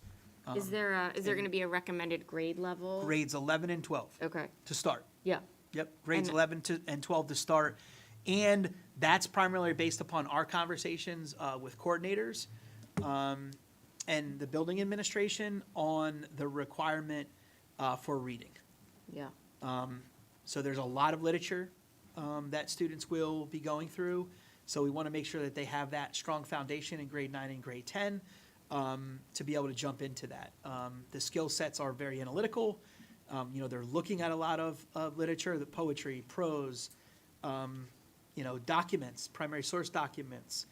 And so we want to make sure the students have that foundational so they can be successful. So right now, we are going to start with grades 11 and 12 as an elective offering. And as we continue to move forward, we'll look at where it fits, as more and more students want to take that. Is course. it taught by a history certified? Like, what's the certification? So it'll be requirement? either ELA, right, or history. Okay, And right now, we do have some potential teachers who have some background, in this field, but it's a little premature to make that, decision right now. But we are looking to, if the interest is there, to have more than one teacher be trained and prepared, to teach the course. But we do have a few individuals in mind that have some background and expertise in this area, and are really looking for the opportunity to teach it. do you have a sense of how many sections you're prepared even to offer, if it's, as popular as I know it has been in some of the pilot schools? If, I would say 3, Yeah, 2. 2 would be ideal. It's an AB course. right. So it's one block of a teacher day. Mr. Geiger's probably making faces behind me. I can see both of you at the same time. so I know what he's Agreeing thinking. with you. I actually know what he's thinking, but I have eyes in the back of my head too. So that kind of works both ways. Kyle, any reservations or thoughts? Complexity of both departments too, what availability we have of staff within those departments and within their schedules, especially since it's an AB day course. It could fit up against another course depending on the teacher opportunity. So 2, 3, and again, if it explodes, then we'll have to think outside the box. We want the interest level. So that's what's important about getting on the course selection guide now, so we get that idea of where that interest level lies. Right. We can really start to solidify the staff members and stuff. Yeah, And- we've been very fortunate and great, I think, as a district about, when we put something like this forth and we think it's a priority, like, we will do what we can to make sure students have access, right? We're not gonna create something and limit access. So we were able to, do the same with the pre-calculus. And we were, we're the same. Psychology has fluctuated quite a bit over the years. We've run 3 sections, we've run 6 sections. This year, what are you running, 4 or 5? 6 again. So it's funny, we've had 4, we've had 6, and the departments have been great about switching up their schedules to meet the need. We've gone to US to 6 sections sometimes, Kyle, and then had other teachers jump in, the mix and get trained up and teach a single course in AP US or 2. And so I think, we'll be fine in that area and make those adjustments. We're really looking forward to, to bringing this in, assuming the board will support that. And the cost factor as well, that, in terms of taking the exam, I think, do we already offset that for some students? And that we'll be able to do that for this as well. And then, I'm sorry, just one last question. The Sure. independent student project, is that internally assessed, or is that part of like their grade, It's like in- the exam in May? So interestingly enough, it is internally assessed and scores and rubrics are posted as part of the score. I don't think that exists for any other assessment. Yeah, So there is a project for the AP principles of computer science, not really the code, I call it the coding course, Calc AB, AP computer programming, but the principles course has the project, but it is scored by College Board. So this is rather unique, yeah. in that regard. But they do submit what it is, and they do submit the rubric as part of the scoring guidelines. And yes, all of our students, free reduced lunch, are given those assessments for free if they qualify. And then we are reimbursed both by the College Board, State of Pennsylvania, and we use Title IV funds to offset those additional costs for our students. Thank you. I just want to make a comment. It's about time we start looking and upgrading our curriculum. I mean, you said 10 years was the last time we had done a look.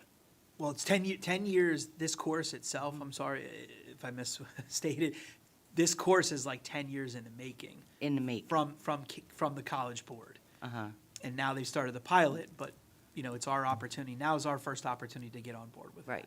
Outside the pilot schools. Yeah, okay. Thank you. Yep. All right, so if there are no other questions, that'll be on the board agenda coming up at the end of the month for approval. To add that course to the course selection process, we will then move forward with the next steps. And then the next slide, Gino, if you want to click that for us, in your board brief, thanks. I was making sure that it opened. He's clicking it, it's not opening. It's not opening, Gino?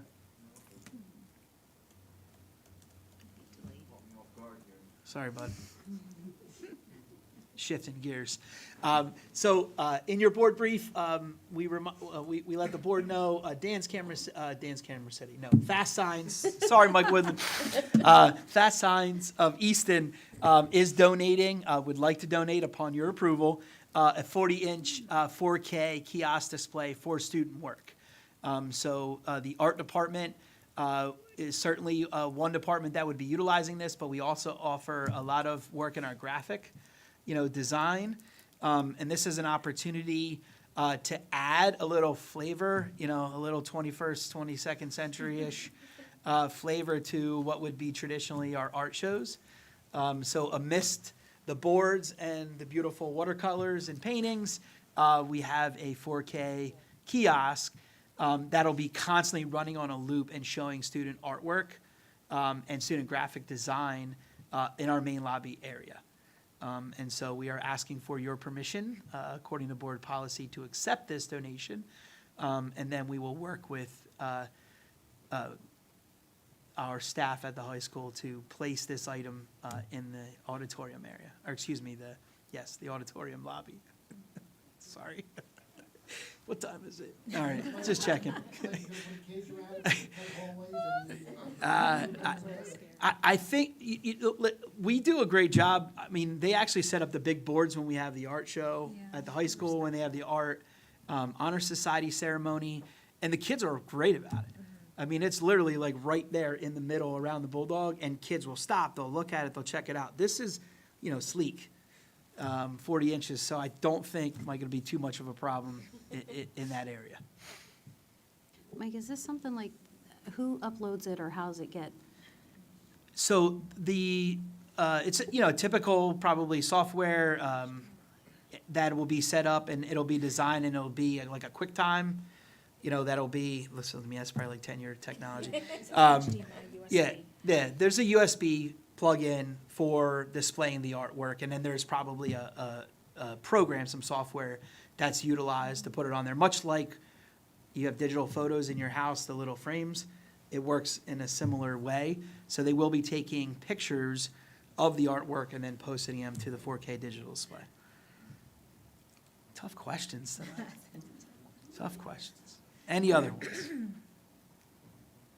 So thanks again to Fast Signs and your subsequent approval at the end of the month, but the art department and the rest of the school is very appreciative of having this opportunity for this display in the main lobby area. So just for clarity sake for the board, this does not appear as a separate item on your agenda tonight because they did it in this presentation mode, but this presentation will be uploaded for your review. And then in the next agenda, they will be listed separately as two voting items. Yep. Thank you for that clarification. Keystones. We are currently, we're right in the middle of them. So yesterday, the Eastern Area High School tested probably around 760 or so students. for the Keystone assessments. We did another close to 800 students today. The other students had some asynchronous learning so that we could focus on those test takers. Tomorrow, we're under 100 for day 3, so that's good for the students, that only about 100 of them had to take all 3 Keystones during this round. So we'll be wrapping that testing up tomorrow. It'll be a regular student day. Because we have so few students who need to take the Keystones, we're able to accommodate that with all students on deck. And then our school counselors will do their best to try to get as many of those missed students with their test makeups over the next couple of days, and all of that information submitted for our mid-year Keystone testing. That's it. Any questions?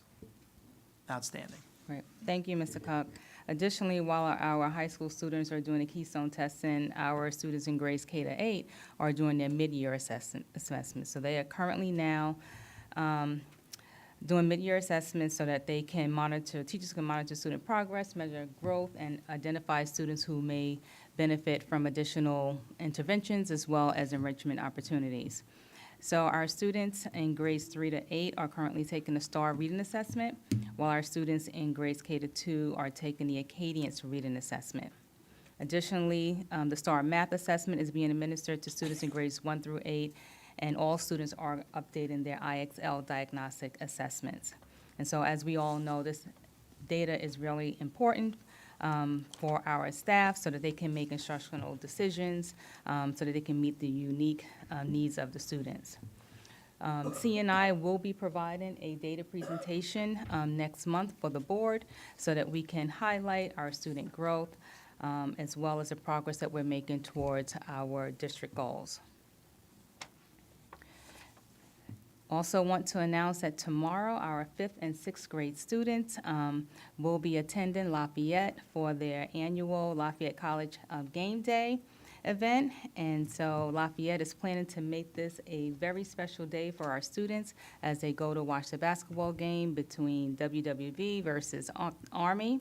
And then also, we're going to have some of our former Eastern Area School District graduates meet, who are now students at Lafayette College. They're going to be speaking with them about their path to college. They're going to talk to them about leadership development.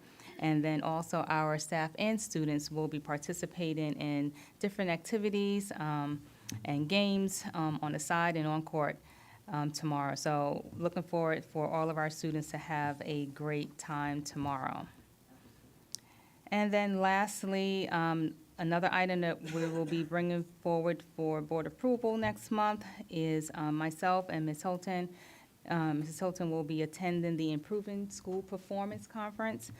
That's going to be taking place in Pittsburgh, January 26th through the 29th. And the theme this year is Unlocking Potential, Elevating Every Classroom for Continuous School Improvement. So they have a nice lineup of breakout sessions that we're going to be attending for best practices that we're going to bring back to the district and share with our building administrators about what we've learned, engage in conversations of how we can utilize some of those best practices within, our classrooms as well. And that concludes the report for CNI this evening. Are there any questions about the remaining? Question, Dr. Gerber. Sure. You mentioned that STAR testing is going on. Yes, the STAR assessment. Elementary. Is there a way that parents are going to be made aware of the scores of the kids? Yes. They're not Power School at that level. No, they're not on Power School at that level yet. That is a conversation that we are having for the future, or how we can make parents aware of student progress online as well. But yes, I will say that in our buildings, we had a conversation with building principals. They do share information with their families about how students are progressing and performing on these assessments. Sometimes there might be a progress report that's sent home, probably for students who are performing at Tier 2 or Tier 3. And then also during parent-teacher conferences, they also share that information with parents about how they're doing and progressing. Dr. Gilbert, just a clarification question. The conference request, Yes. it has Ms. Davies' name on it. That's your request? The attachment? Yes. Okay, because it said you'll be attending, so I don't know if it was 2 or 3, but just, Right, so Okay. Ms. Daves is is my assistant. Right, and so right. she's the one who submitted it on my behalf. Okay, and so, saw the yes. name, so I didn't know if it was a third person. Absolutely. Thank you. Just the two of us. Any other questions? I don't have a question, I have a request, is that, can we please make sure that we receive the data presentation prior to the meeting so that we can Absolutely. review it? Absolutely. Okay, is that it? Okay, do we have anyone in the public who would like to be heard on academics? Okay. Seeing none. We then have athletics, Dr. Ziadak.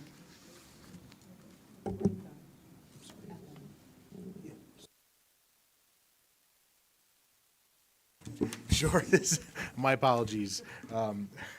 No, tonight, I know we do have a presentation, Dr. Baltz, in conjunction with another item in regard to mental health that you're ready to speak to. The presentation itself is a pretty much a standard presentation that we've been doing for many years, but Dr. Baltz has made a few changes and some updates to it, and, you know, I defer to you for the rest then.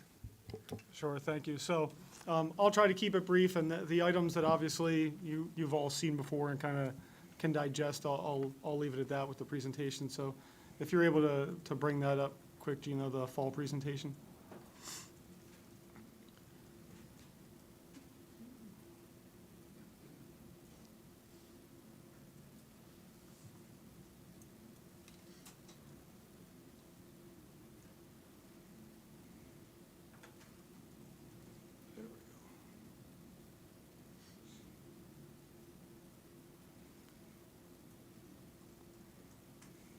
All right, so as you can see, if you scroll down to the second slide here, we always report out year to year on our Interscholastic Athletics Disclosure Act.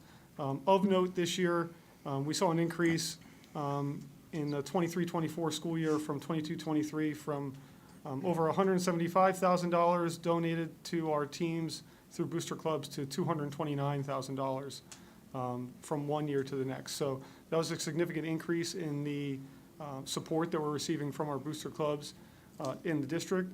And that follows a trend of significant increases over the course of the last 3 to 4 years. We're continuing on with having our Student Athlete Character Council, which is a group of junior and senior students who represent our school amongst the 18 schools in our conference. And our new representatives this year from the junior class include Algie Macon, Cole Ordway, Evan Geidish, and Julia Cohen. At our meeting on the 28th, we'll have our scholar athletes here with us, but you can see the names of our fall scholar athletes. Again, this year, we were very well represented at the conference level. As you can see in the bottom slide there, Hargun Jaswal was named the overall conference scholar athlete for football, and Temi Adebayo was named the overall conference scholar athlete for girls cross country. Dr. Kuncio continues to lead our FCA group on Thursday mornings with 20-plus students who come in before school every week to be a part of that group. We always try to highlight the community service that's going on each season. So from last summer up through the holidays, we had our student athletes participating in the I Can Bike camp at the high school last summer, which has become an annual event in our community where our student athletes volunteer to teach students with some challenges to ride bicycles on their own. And they do that within the course of a week. The baseball program continued their longstanding tradition of selling Christmas trees and then donating them to Easton School District families in need, with, again, providing those trees and ornaments to over 40 families in the district this year. As we continue, some other highlights from other programs. A lot of our programs participate in our Reading Under the Lights. They'll volunteer at local youth organizations. Our cross-country team did some sort of awareness recognition at each one of their meets this year. And as we continue to scroll down there, you'll see some additional items of note. Girls volleyball with a Gold Out fundraiser this year that raised over $2,600 for pediatric cancer in the Lehigh Valley. Cheerleading continues to feed families in the local community in conjunction with Phillipsburg during the Thanksgiving holiday. And the boys wrestling program for the second year in a row did a large toy drive for the Children's Home of Easton that incorporated all of our youth programs being a part of that as well. So all of the local youth programs, Palmer, Forks, and Easton Saints, also did drives in conjunction with them to give a larger donation to the Children's Home and Family Connection at the holidays. The next couple slides go through our participation numbers. If you scroll down to, I think, the bottom of the next slide, you'll see in all, our total participation in the fall remained fairly consistent. 5 fewer athletes than we had last year. That's less than 1% of our overall student-athlete participation, so we're pretty consistent in that regard. As you go through the next couple of slides, and like Dr. Zadek said, you all have a copy of this, so I'm not going to read through every line. You can see a lot of the highlights from our fall season. But as we continue through the presentation, I added a couple of the larger graphics that we had as highlights. So our school is very well represented on the all-conference teams this year, with over 10 football players honored with both divisional and all-conference recognition. Quite a few of our girls cross-country runners were highlighted. As you can see, there are 5 of them honored in the first team all-conference recognition. We did very well in field hockey again, and as you can see, that translated to the state recognitions as well. We had 5 girls named All-State in field hockey. You can see there Aubrey Kraser was named first team. We had Ariana DeLiso and Olivia Malia named to the second team. We had Zoe Angelinas and Olivia Hurla named to the honorable mention All-State field hockey teams. Sarah Polsini was named All-State first team girls soccer, and Will Day was named All-State first team for defensive athlete. So our teams were very well represented on all-state teams so far the fall. There's still some others that will still be released. Coach Seneca was named the Morning Call Coach of the Year. Lehigh Valley Live has yet to name theirs, so we'll see how that shakes out. Recently, we were informed that Coach Karam has moved along in the process of the NFHS Coach of the Year. They're almost always a year behind with what's going on, so in August, he was named the 23-24 statewide wrestling coach of the year. In December, he was named region coach of the year, and this is for last school year. But this makes him one of 8 finalists for the national high school wrestling coach of the year for last year, and we're awaiting the selection for that. We were able to bring home some team championships in the fall. Our girls cross-country team was not only the regular season champion in the EPC, but they were also the league meet champion. Our football program was the EPC Northampton Division champions, and just a couple weeks ago, our cheerleading team was named the District 11 Competitive Spirit champions, and they'll advance to the state championships this year to be held in Reading the last Thursday and Friday of January. Our eligibility ratios remain the same, but the more exciting note is on the next slide, where you're all well aware that we added 2 Athlife coaches and that program to the high school this year, and we're in the process of expanding that with the 2 additional positions. This fall, we had 15 fewer weeks of ineligibility than we had a year ago. And when we look at where the numbers were last year, they were fairly consistent with where we were over a multi-year stretch. So we were able to cut ineligible student athletes by 15 in the fall, and really looking forward to continuing to attack that number. When we break down our data last year, and Rochelle DeGarmas provides an intense amount of data for me now on student athletes and their academic performance, and a million different ways that we can break it down. But just keeping it very simple, for the last school year, the GPA amongst our student athletes was over an 89%, while our non-athletes were looking at an average of about 73. So really proud of the work our student athletes are doing in the classroom. And the 2 teams that are leading the charge there this fall, on the next slide with the top 2 GPAs amongst our fall varsity teams, were our boys golf team and the girls tennis team with outstanding overall team GPAs. Our sports medicine agreement with St. Luke's continues to be a wonderful one, a great success. The biggest thing that I will take from here is on the next slide, which, when it comes to significant secondary insurance forms and claims being placed, this was a massive drop this year to only having 10 in the fall season. So we're making strides in preventative medicine as best we can as well. Mr. Geiger and I are working on solidifying the date for our signing ceremony in the spring. So that will come out. Revenue is up. In fact, our revenue there for year-to-date is up over $30,000 from this point last year. And our special event revenue, although that number is a little bit down from where it typically would be, we're awaiting 2 District 11 playoff reimbursements, which will put that above where we would typically be at this point. So revenue is up.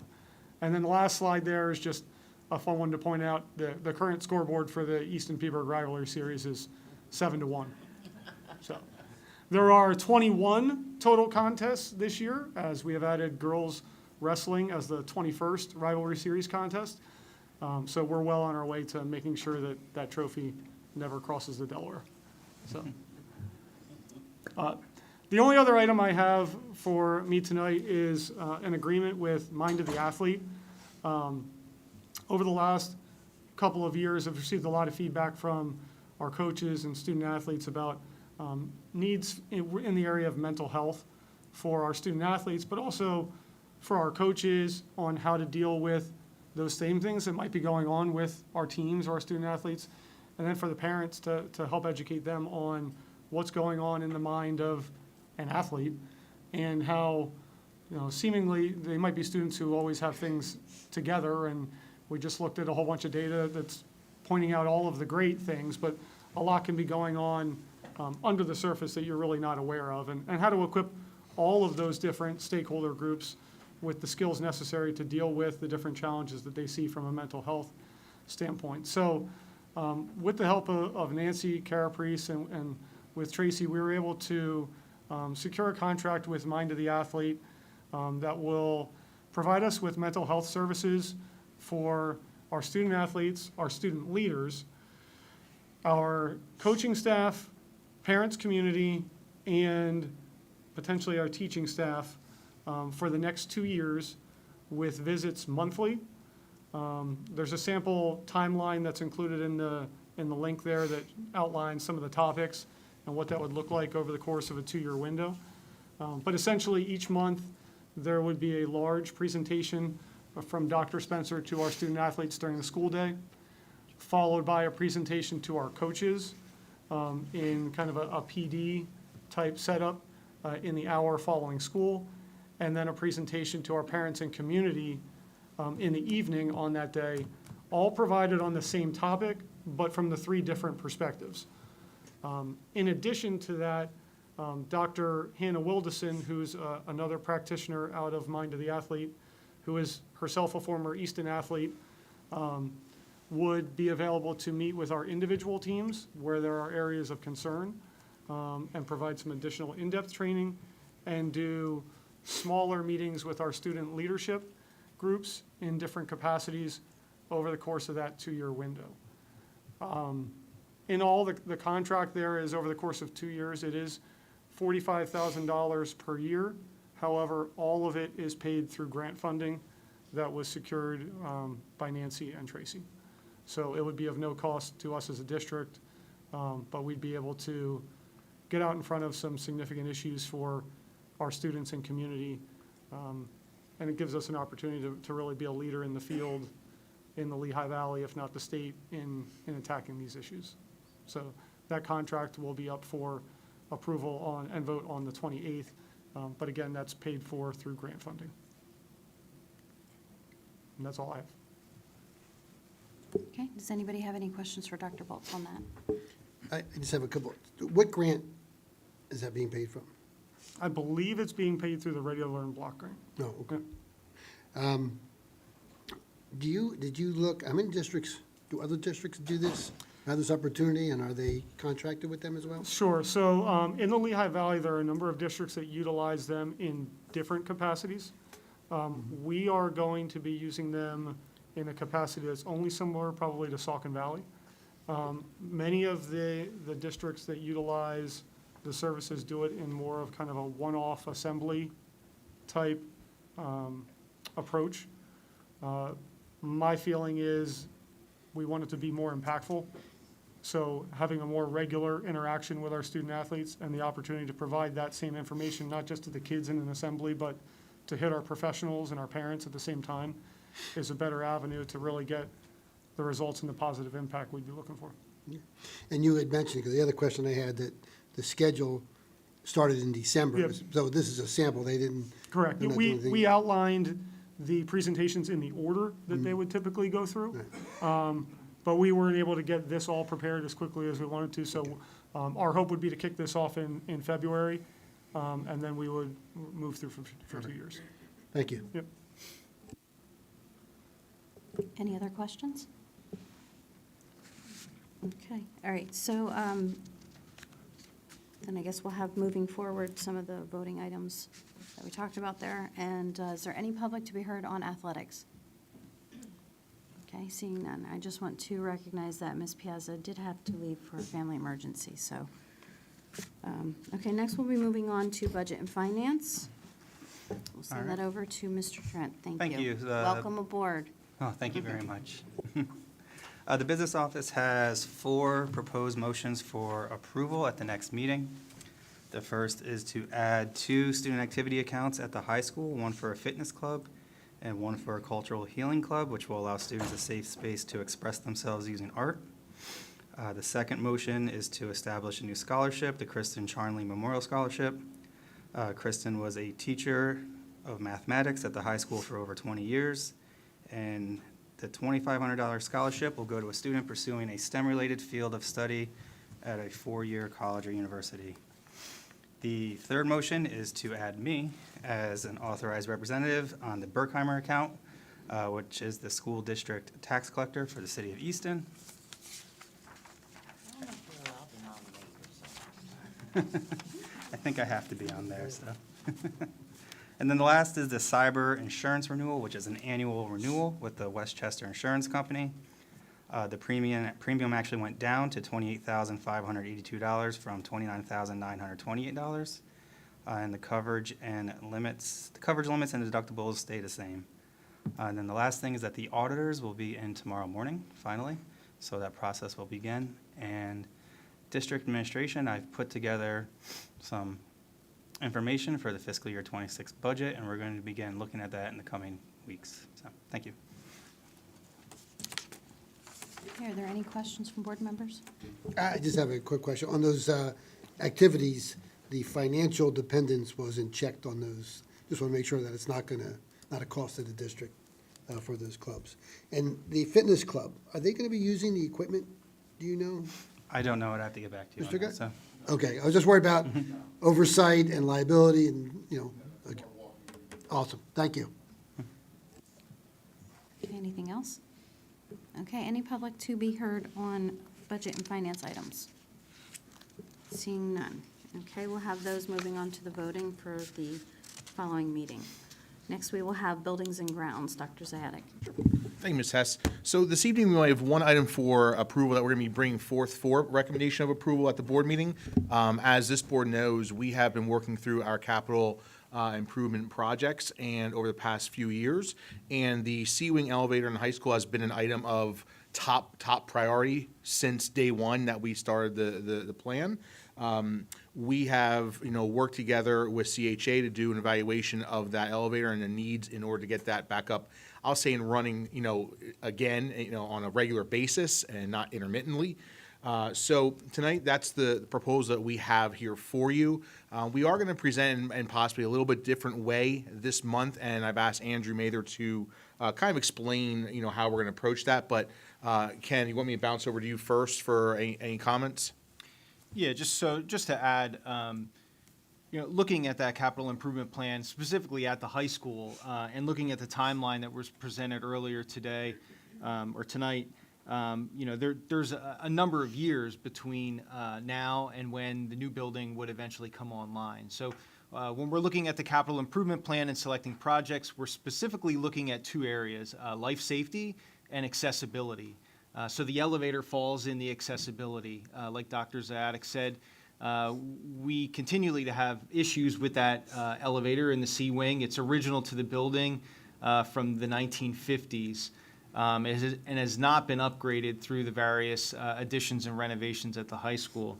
There's long periods of time where the elevator is out of service, which definitely affects the accessibility to the third floor of the high school, since that is the only way to get up there for many of our students and staff who need to utilize that elevator. So it's definitely an issue that the high school has been battling more and more as we go through time. So that's the reason why we're recommending this project tonight and for this 2025 summer.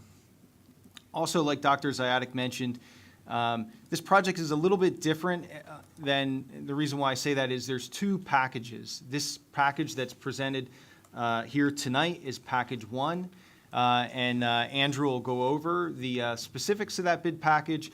But basically, this relates to the actual elevator installer and their upgrades to that elevator. There will be a second bid package that will be coming here in a few months, likely early spring, when we typically come to the board for approvals for summer projects. That piece of that bid package will be a lot smaller, and it'll be more related to building upgrades related to the elevator, such as the elevator shaft, or integration with the elevator to the existing systems, like the fire alarm system or the sprinkler system within the building. That's a separate package that the elevator contractor doesn't perform themselves. It would have to be by others or an outside contractor. So there is two packages. Andrew will probably touch upon both of those, but just wanted to mention that. The only other thing before I turn it over to Andrew is the contract that's presented tonight is a CoStar's contract for that elevator installer. So turn it over to Andrew. He'll give you more specifics on what's included in the scope of work for both. Yeah, thank you, Ken, and thank you, Dr. Ziadik. Ken took probably most of what I was going to say there. The proposal is for Reading Elevator under CoStar's pricing to replace the mechanics and the electronics that will drive the elevator up and down. The cab itself would be remaining. It's a very small shaft and small elevator size to begin with, which would be hard to get something that fits within that structure. So what they would do is, the motor would be replaced, a lot of the cabling going up and down, the weights.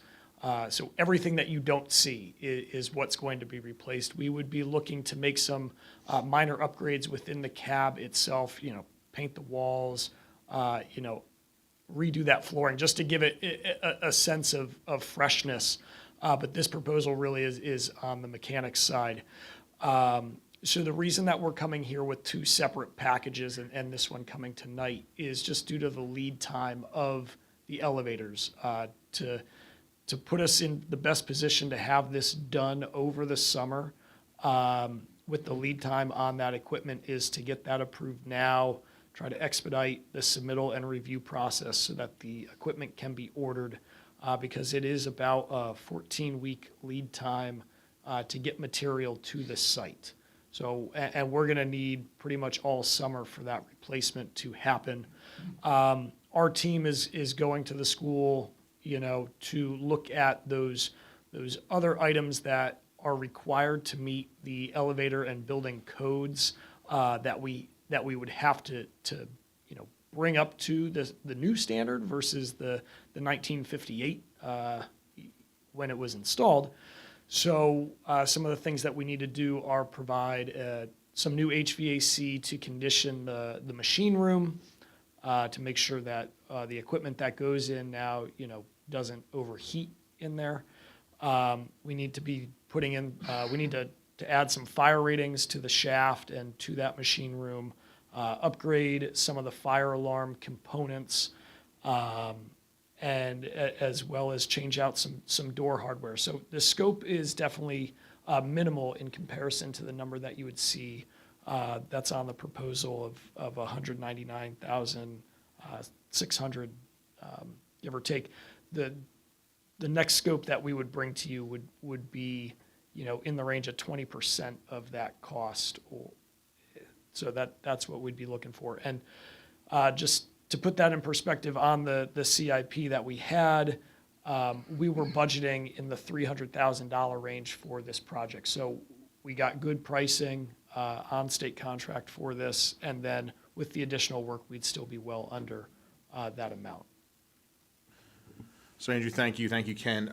Just as a follow-up to that, a couple things. One, obviously, we always try to bring a package, to the board in full in one package. This is not the ideal way that we want to do it, but as Andrew said, we felt really strongly that in order to have this operational by next school year, that this is the way we needed to approach it, although not, the common approach. The other piece, there's two other pieces I do want to share, is Mike, and I know you'll ask me this question. So how will we pay for this? So there's two pieces I want to share. Either way, I'm going to make the recommendation from reserves, but I will say that we've had internal conversations about utilizing some of the Palmer bond that's still out there. That has to go towards capital projects. So that's a conversation that Jack and Tracy and I will have. But either way, this is something that we feel strongly about, and at the end of the day would come from reserves if need be. And then the other piece that I was going to share was in regard to the capital improvement plan. So Ken and I had a long conversation about this over the last few days, and because we've moved to a committee of the whole, we certainly want to be able to give the board updates on that plan and progress that we are making throughout, each month, throughout the year. We did not feel that it was appropriate, and we were ready to have that this evening as part of all the other conversations. But we will look to have an update for the board either in February or March, and we wanted to share that with you just in advance, that is kind of our vision for moving forward. So with that being said, the elevator project will be on the board agenda in 2 weeks for a recommendation for approval.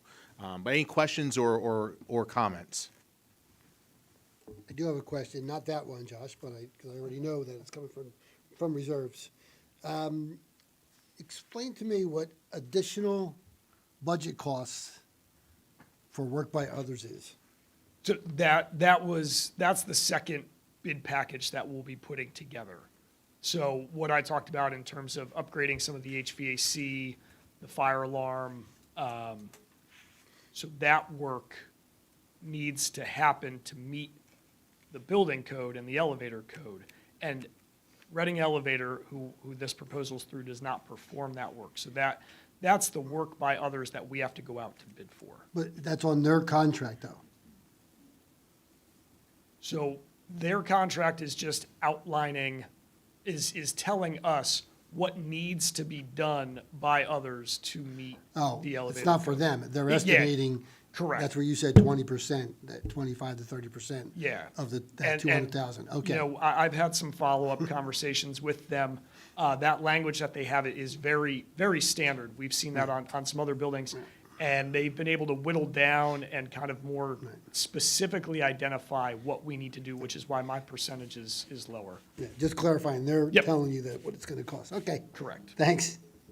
The other thing I will say, and we're going to talk about this when we meet with the finance, Raymond James, just so everybody's aware, as we're funding, starting with 25-26 school year, as we're increasing that debt account that we don't need for our current debt, as we're going to try to fund the high school project, that money, as a norm, would then be transferred and added to capital reserve each year, because you don't need it in the exact budget year as you're building that account. It's confusing. It'll be explained a lot better by the experts, but just to say not to panic on those other CIP items, that this mechanism will be in place as we're funding the high school project for a few years. So, Okay, Any are there other questions? No? Okay. Great. All right, thank you. Thank you very much. Okay, then that'll be on next meeting for approval. Is there anyone in the public to be heard on buildings and ground safety security? Okay, seeing none, we will move on to Educational Technology and Student Supports, Dr. Zadig. Sure, With thank you. Sure, thanks again. So this evening, we have a few things that are coming for recommendation for approval. Two of them are coming from our Special Education Department, rather routine items, conference requests, and a few 20 CIU contracts that Dr. Schultz can certainly speak to. The other item that is going to be brought forth for recommendation for approval is from our Technology Department, and it is in regard to the new iPad lease for our district. Jane, Ms. Arntz will speak to the plan, for that iPad release, but also will speak to some of the finances and other pieces that we've, talked about through what we've already financed in the past and what loans we've paid off or leases we've paid off. So, Dr. Schultz, if you don't mind just giving a brief summary of those two items. So I have 4 different contracts coming forward for approval. I have 2 that are going to be for job training services for our transition age students. They get provided with support on their off-site opportunities for job training. I have 1 for a behavior technician to support a student. This is actually an increase from another contract that was previously approved. We're just adding some additional hours for the student. And then the 4th one is a 1-to-1 for an IU emotional support student. And that is, it says associate teacher. That is considered their 1-to-1 paraprofessional at the IU. Any questions about the contracts? I do, Dr. Schultz. The emotional support contract, Yes. it says effective October 21st. Right, so that student was previously with us, but at that point, they didn't have anybody to staff that position. So now that that position is staffed, that's coming forward now for the remainder of the year. Okay, but The initial start of the contract was October 21st. well, we're not paying that person until they Until start. now, Okay. correct. The other thing on that, I don't remember seeing this in other contracts. Let me see. Unemployment costs are our responsibility if the IU cannot reassign their employee somewhere? It's an IU employee. I'm curious why we're on the hook for the unemployment costs if this service ends with this school year. Let me look. Okay. Oh, if they're unable to reassign the position. I can ask them further about that cost before Yeah, I mean, it's their employee. the meeting. I mean, we're contracting through them. That's the purpose of contracting it out. Right. So I'll get further clarification for you on that. like that removed. I don't see it in the other contracts, so. Okay. Thank you. No, and they did try that once before, so if you could find out, because Sure. that was questioned once before. Okay. Does anybody else have any questions?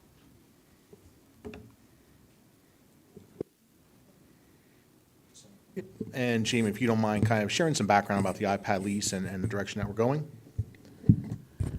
Sure. So the lease that's coming up now, this is the first time that we require a full refresh across the whole district. Previously, our leases were kind of overlapping, and the distribution went to different subsets of the organization. So at this time, all leases have come to an end at the same time, and we'll be replenishing all of the devices for our students K to 12. The previous leases, we had one remaining payment. That payment was taken care of with ESSER funds, so there are no remaining lease payments, so we are coming in clean from that financial perspective. And the laptop lease that we initiated last year, that also was paid in full through ESSER funds. So this would be the only current Apple lease in place. It would be a 4-year lease, 4 equal payments at 0% financing for those 4 years. And you'll see attached 3 items. One of the items is the specifics as to what devices and licensing are being calculated into that cost. The second item is the breakdown of the 4 payments with the leasing information. And the third item is the Apple sole source letter, which just confirms that Apple is the only organization we are able to purchase these devices from to be truly Apple and not a refurbished or second-party adaptation of an Apple iPad. Any questions about the lease? Jamie, that buyback option, that's after 4 years? That's what they're guaranteeing? That's guaranteeing if they are in what they would Oh, sure. consider a grade condition, yes. A grade. Yes, and what we typically do when our iPads come off lease is we actually bid that out to several, usually 3 to 4 different organizations. Several of them partner and are recommended by Apple for resale. And Apple will provide a buyback bid. So we bid that out and then go with our best bid on that. Thank you. You're welcome. Jamie, I have a question. Sure. So out of the 8,700, is this like, have we incorporated like extras? or- Yes. Okay. Yeah, so how many- 2 considerations there. Last year, you did approve the purchase of approximately 500 iPads that were to help us kind of keep up with enrollment and breakage. So they were purchased devices, so they will stay in our fleet when we remove the student iPads now. So that should give us somewhere, we're hoping in the 400 to 500 in case any of them should come back damaged or non-repairable. But we anticipate most of them remaining in our fleet. I then incorporated about another 300 extra to help us with increased enrollment next year and some of the other things we experience, seniors not returning iPads at the end of the year, these things that happen as students leave the district at the end of the school year. So we should be positive about 700 to 800 iPads in inventory to supply as needed at the beginning of next year. You're welcome. I do have just a follow-up comment. So during the budget development last spring, it was very confusing on using ESSER money to pay the first payment, pay off. So that's $757,000. That's currently an amount in our technology lease 24-25 budget? I'm going to defer to Mr. Trent on that question. He's been working with those numbers. Because it's got to go for next year as well, too. Right. so. It is not a current amount in our budget for 24-25. So for the 25-26 development with the budget, we're going to need $756,000 added to the budget. About 580,000 added to the budget, yes. Okay. Remember, we were talking about it last spring with the budget and paying. Are we still going to be on equal? I guess the answer was no. Okay, thank you. I have a question on I believe it's the first document, the actual quote. Okay. What's the difference? You have the 3 items. The first item's obvious, it's to purchase the actual product. What's the difference between 2 and 3?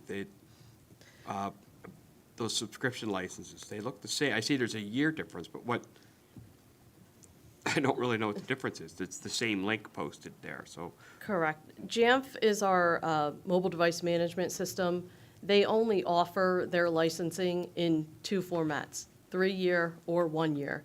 Because we lease for 4 years, the per item cost is the same, but that's how they offer their licensing. So we do have to purchase a 3-year package and a 1-year package to cover us for the full 4 years of the lease. Okay, that makes sense. Yeah, the math works there, $6 and then 18. Yep. Okay. Okay, thank you for clarifying that. You're welcome. The second thing is, do we usually purchase cases with these as well? We do, and they were approved at last month's board meeting. That was an earlier approval because they have to be made. And they're made by the company, and they need a bigger lead time in order to make those. Oh, okay, thank you. You're welcome.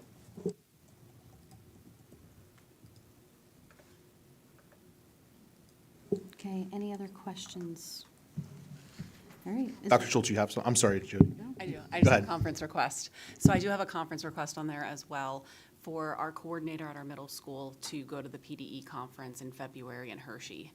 The conference this year is providing a lot of context for our special educators, and in her role as a coordinator, I looked to that to expand her opportunities. The conference is called Making a Difference: Educational Practices That Work, consisting of many sessions and an opportunity for her to, as well, to expand her thinking as we go into bringing back programs and looking at our own supports that we provide within our school buildings, especially the middle school. Any questions? That will be paid out of Access. Okay. Okay, thank you. All right, then. Is there any public to be heard on educational technology and student supports? No. Okay. Next, we have personnel negotiations. Ms. DeBoer. Thank you so much. So this evening, you will see a proposed addendum, an updated pricing plan for our ESS that we contract with for our day-to-day subs and then also our building-based subs. So this is part of a continued conversation as we've addressed and continue to address some concerns that have been brought up, and we're hopeful to offer some more competitive rates. I did submit a overview of some substitute rates throughout the IU, and I also took a look at the past few contracts and just the structures of different contracts of districts that surround our district. Couple highlights on that board brief. I did include the current contract along with the new pricing plan. So if we're taking a look at our day-to-day substitute teachers, the current rate is 110. The proposed rate would be 130. Another change would be the building-based substitute teacher rate, which is currently 130, looking to increase that to 150. And then another area to highlight is the consecutive day bonus. This was something that was offered last year, but is not in the current contract that we have with them. So we're looking at the addition of that. That was brought up as a concern as well. So I want to present that tonight, gather your feedback moving forward, see if you have any thoughts or questions. Silly question. Is that bonus per day? That's right. So So it's- days 6 through 20 Right, so if it's 6 days, it would be per day. $90. Yep. Okay, Yeah, okay, I absolutely. thought so, I just Question? wanted to clarify, thank you.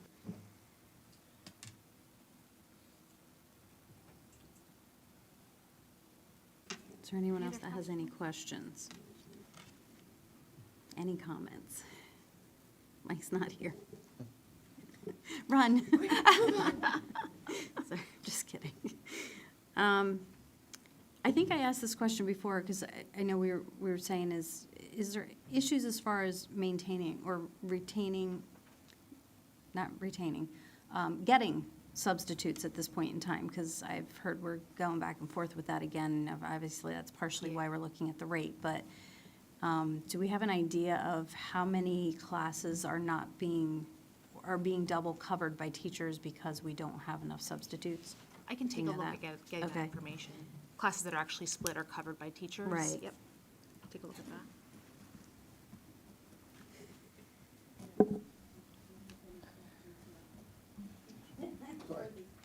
Waited as long as I could. It's the ESS addendum with the updated pricing plan. Oh, the only question I had was, the rates, are they going up for next year or for February? Did we do February it? 1. So we would typically be updating this over the summer. Mhm. The way that I put this together would be for February 1. So if it was approved at the end of this month, it would begin with the pricing changes February 1st. So it's their pricing changes or we raise the rates? We would be, their pricing, the discounted bill rate increases, and then also they are paid out at a higher rate. Okay. So they're both different. And that change would occur on February 1st. Did we increase the district prices in every category or? Yes, I had just mentioned, if you're taking a look at the daily sub rate, that increases from 110 to 130. Right. Also, the building-based sub rate increases from 130 to 150. And then there used to be a consecutive day bonus that was $15 per day if a substitute was in a placement from days 6 through 20. That was a daily rate. So that is an increase there. There's also some other categories if someone's in a placement for 21 to 35 days or 36 plus. And after looking at the structures of other districts, I streamlined that just a bit to make it a little bit cleaner. So there could be an increase there depending on how many days that person's been in that position. So that would be another area too. Okay. So when we're talking about that portion of it with the consecutive dates, are we're talking a person in subbing for that same class for the 21 days? And at what point does it have to be that that person, we would then have to look for a long-term sub? So How many typically days at is the, it? typically at the 45-day point, 45 if we days. know someone's going to be out, but we could have an ESS sub in that position while we are posting and looking for a long-term substitute. And then sometimes we do end up hiring an ESS sub, which does create an opening there for ESS as well. Okay. Is there any other questions? Yeah, I do have a question about the building-based subs. We Yes. talked about this for a while, and I did ask Tracy for a list by building of how many building-based subs are in each one. And did we confirm that they fill first before we go out and call subs? And then- Yes, yes, so the building-based sub is assigned to the openings, or the available openings within the school before they are calling out a day-to-day or a supplemental sub. Does ESS do that, or we do? The office does, so the admin professional in the office assigns that. And then it doesn't get to ESS for somebody to fill in? Okay. But can we have, do we have a list of how many building subs Yes, are that- assigned to each building? yep. Thank you.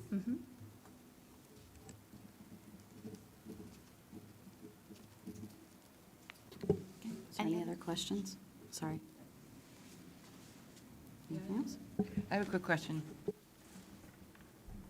The letter that the parent, or the substitute submitted, I read to us at the last meeting or the meeting before that, said that the long-term sub, now I can't find it, that long-term subs are typically compensated at a rate of approximately $230 a day?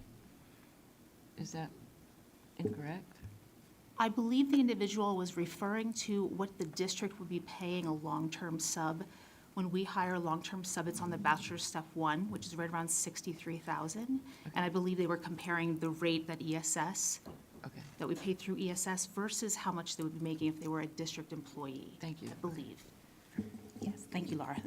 That was correct. Okay, any other questions from the board members? No? Okay.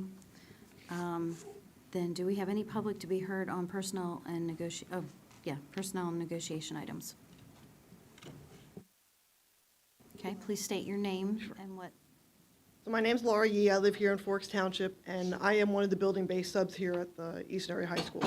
I wanted to come tonight because I did see this was on the meeting minutes for this meeting, and I did want to thank you guys all very much for taking the time to address this, and for Kara, I was really very pleased, surprised, excited that you and I sat for as long as we did, and you really did ask a lot of very pertinent questions, and you took it seriously. And tonight, I am actually speaking for the building subs at the high school. We do talk on the regular basis, and so I did tell them I was going to be here, and I do hope that you do take this seriously, and I know the budget's always a concern, but most of us building subs take this job very seriously, and we are here for the students, and that is our job. And in some situations, like for me, I've been in for Miss Arkadapani now since her accident back in mid-October. And I'm doing a whole lot more work than what a typical sub does. I'm not just sitting there and monitoring the classroom. I'm working on coming up with curricula where there's holes, where the curricula's not there. I'm actually trying to come up with lesson plans where there's holes because of the fact that Ms. Arkadapani went out suddenly. I'm not just sitting there. And there's a couple of us building subs that do that. We do go above and beyond. And to have that compensation come back just makes it feel a little bit better on our side, because working a lot harder than typically is in the criteria of a substitute. So I did just want to thank you for that, and I do hope that you are able to find it where it is a positive vote. That's all I have. Thank you.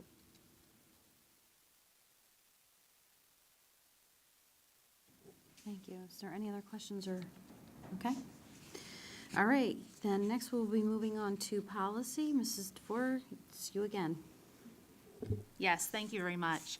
So this evening, we have one new policy and 4 policy amendments that are on the board agenda for their first reading. The first policy amendment proposal is 113.1, which is the discipline of students with disabilities. The policy was reviewed with current state and federal legal provisions. The language on reporting of school safety and security incidents was updated based on the terminology changes from the school code. And the provisions addressing coordination with law enforcement agencies and submitting the annual report to the PA Department of Education were also revised. The legal citation references were updated to align with the school code. So that was 113.1.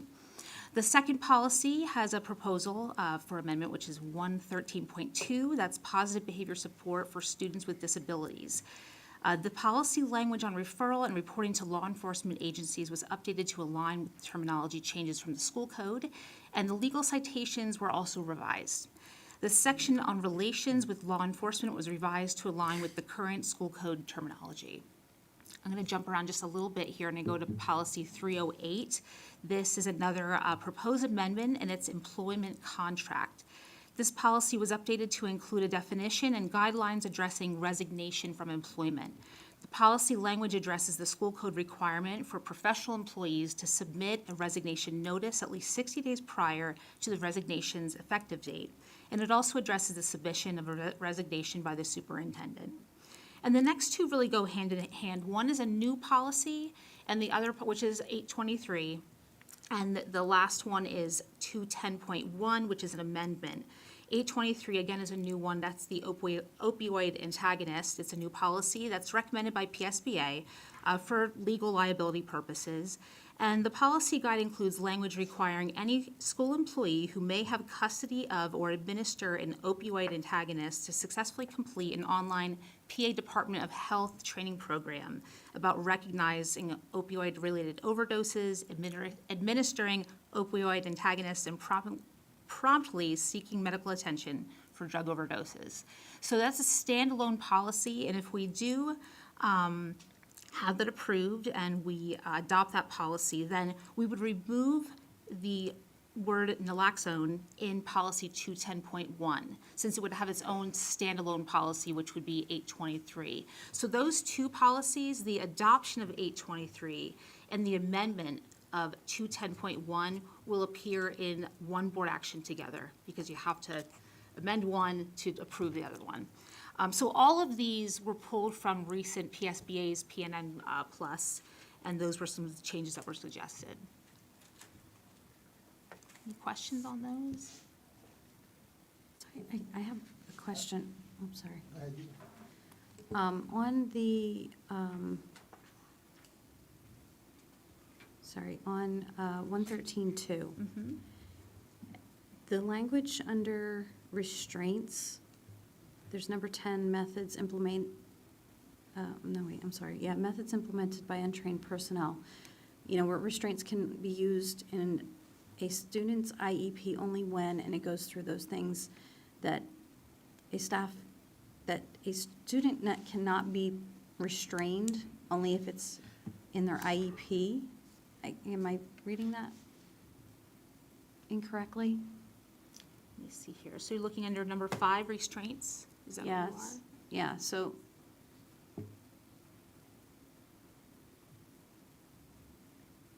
I think maybe I was reading that incorrectly. Kara, is it because of the policy being specifically for students with disabilities? Possibly, that's what I'm thinking. Looks like there's a typo Yeah. there. I just noticed. I think that's what it is. The specific policy is for that.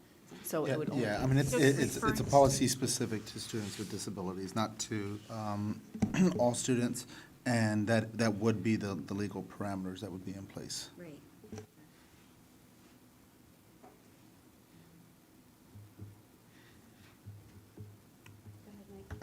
On the admin policy, the 300, the strike-through line on the 60-day notice, does that take away the district's ability if there is a reduction in, like elimination of a position?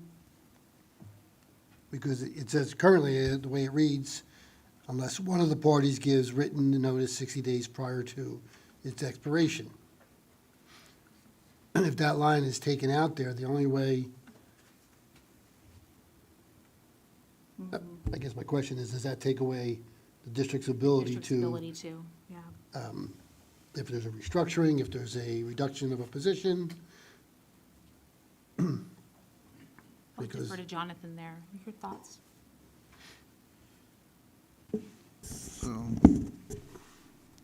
So the way it read before was, they renew unless one of the parties gives written notice prior to the expiration. So it was rewritten to kind of flip it, unless terminated by the employer by written resignation presented 60 days in advance. Right. So I don't, and Mr. Simonetta, if you can repeat your question one more time. So my question is, if you take that line out, the only way that employee can be terminated, or, I'm looking at a reduction in staff. If you're reducing a position, no longer needed in, and I'm talking more about Act 93, admin employees. If there's a position no longer needed or restructuring, does this take away the district's ability to eliminate a position and not renew one of these employees? No, it wouldn't have any effect on that scenario. That's covered separately under the school code. If we reduce a position? Correct. Okay. Yeah, I mean, I can review that specific condition more thoroughly and update the board at the next board meeting, but yeah, those are. Yeah, it's just, if we could, I would just, I mean, not that I don't trust you, I just, taking that language out that's already been there, just curious if you could Sure. just confirm, I would appreciate it. Correct. Thank you. Is there any other questions? Okay, is there any public to be heard on policy agenda items? Seeing none. Okay, is there any other business from the board? Surprise, yes, there is. I just have a question back in the archives of my memory, and we talk about the buildings and the high school and storage and stuff like that. A few years back, I remember St. Luke's, we were working with the athletic department about like a pole barn or a storage facility, because they were in need of some, use out in the fields there, and it was more convenient for the programs. Has that gone away? Are we talking about that? Did they withdraw their offer, or just trying to get an update on? That would have been before I even started. So I don't have a whole lot of detail on that, other than to say I have not been a part of any of those conversations. Maybe Ken or Josh may know, because I guess you guys were, well, I don't know if Ken was, but I know there was something with St. Luke's as, in addition to their agreement that's existing. I guess the athletic department came to them, and the need was there, and they were talking about, them, no cost to the district, constructing a pole barn type storage facility for athletic equipment. A few years back. Yeah, Mr. Simonetta, I do remember that. I know that Mr. Perkribzak was working with them at that time. I don't remember all the specifics on that, and I kind of think that it might have led into some of the purchases that St. Luke's made for the weight room equipment. Okay. Something like that. I don't remember all the specifics, but I do recall them exploring the option of a pole building, and I think it worked into the conversation about the weight room and providing additional athletic spaces for the teams. It's about all I can remember at the moment. Okay. And that need that, like, hasn't been discussions about a need for storage out there, or, that's fine. No more discussion. Just came up in the, There's plenty of need. yeah, well, all right, thank you. Is there any other business from board members? Okay, is there any public to be heard on non-agenda items? There's no one in the audience. Can I call for adjournment? Motion. Any opposed? All in favor? Aye. Okay. Meeting is adjourned. Thank you.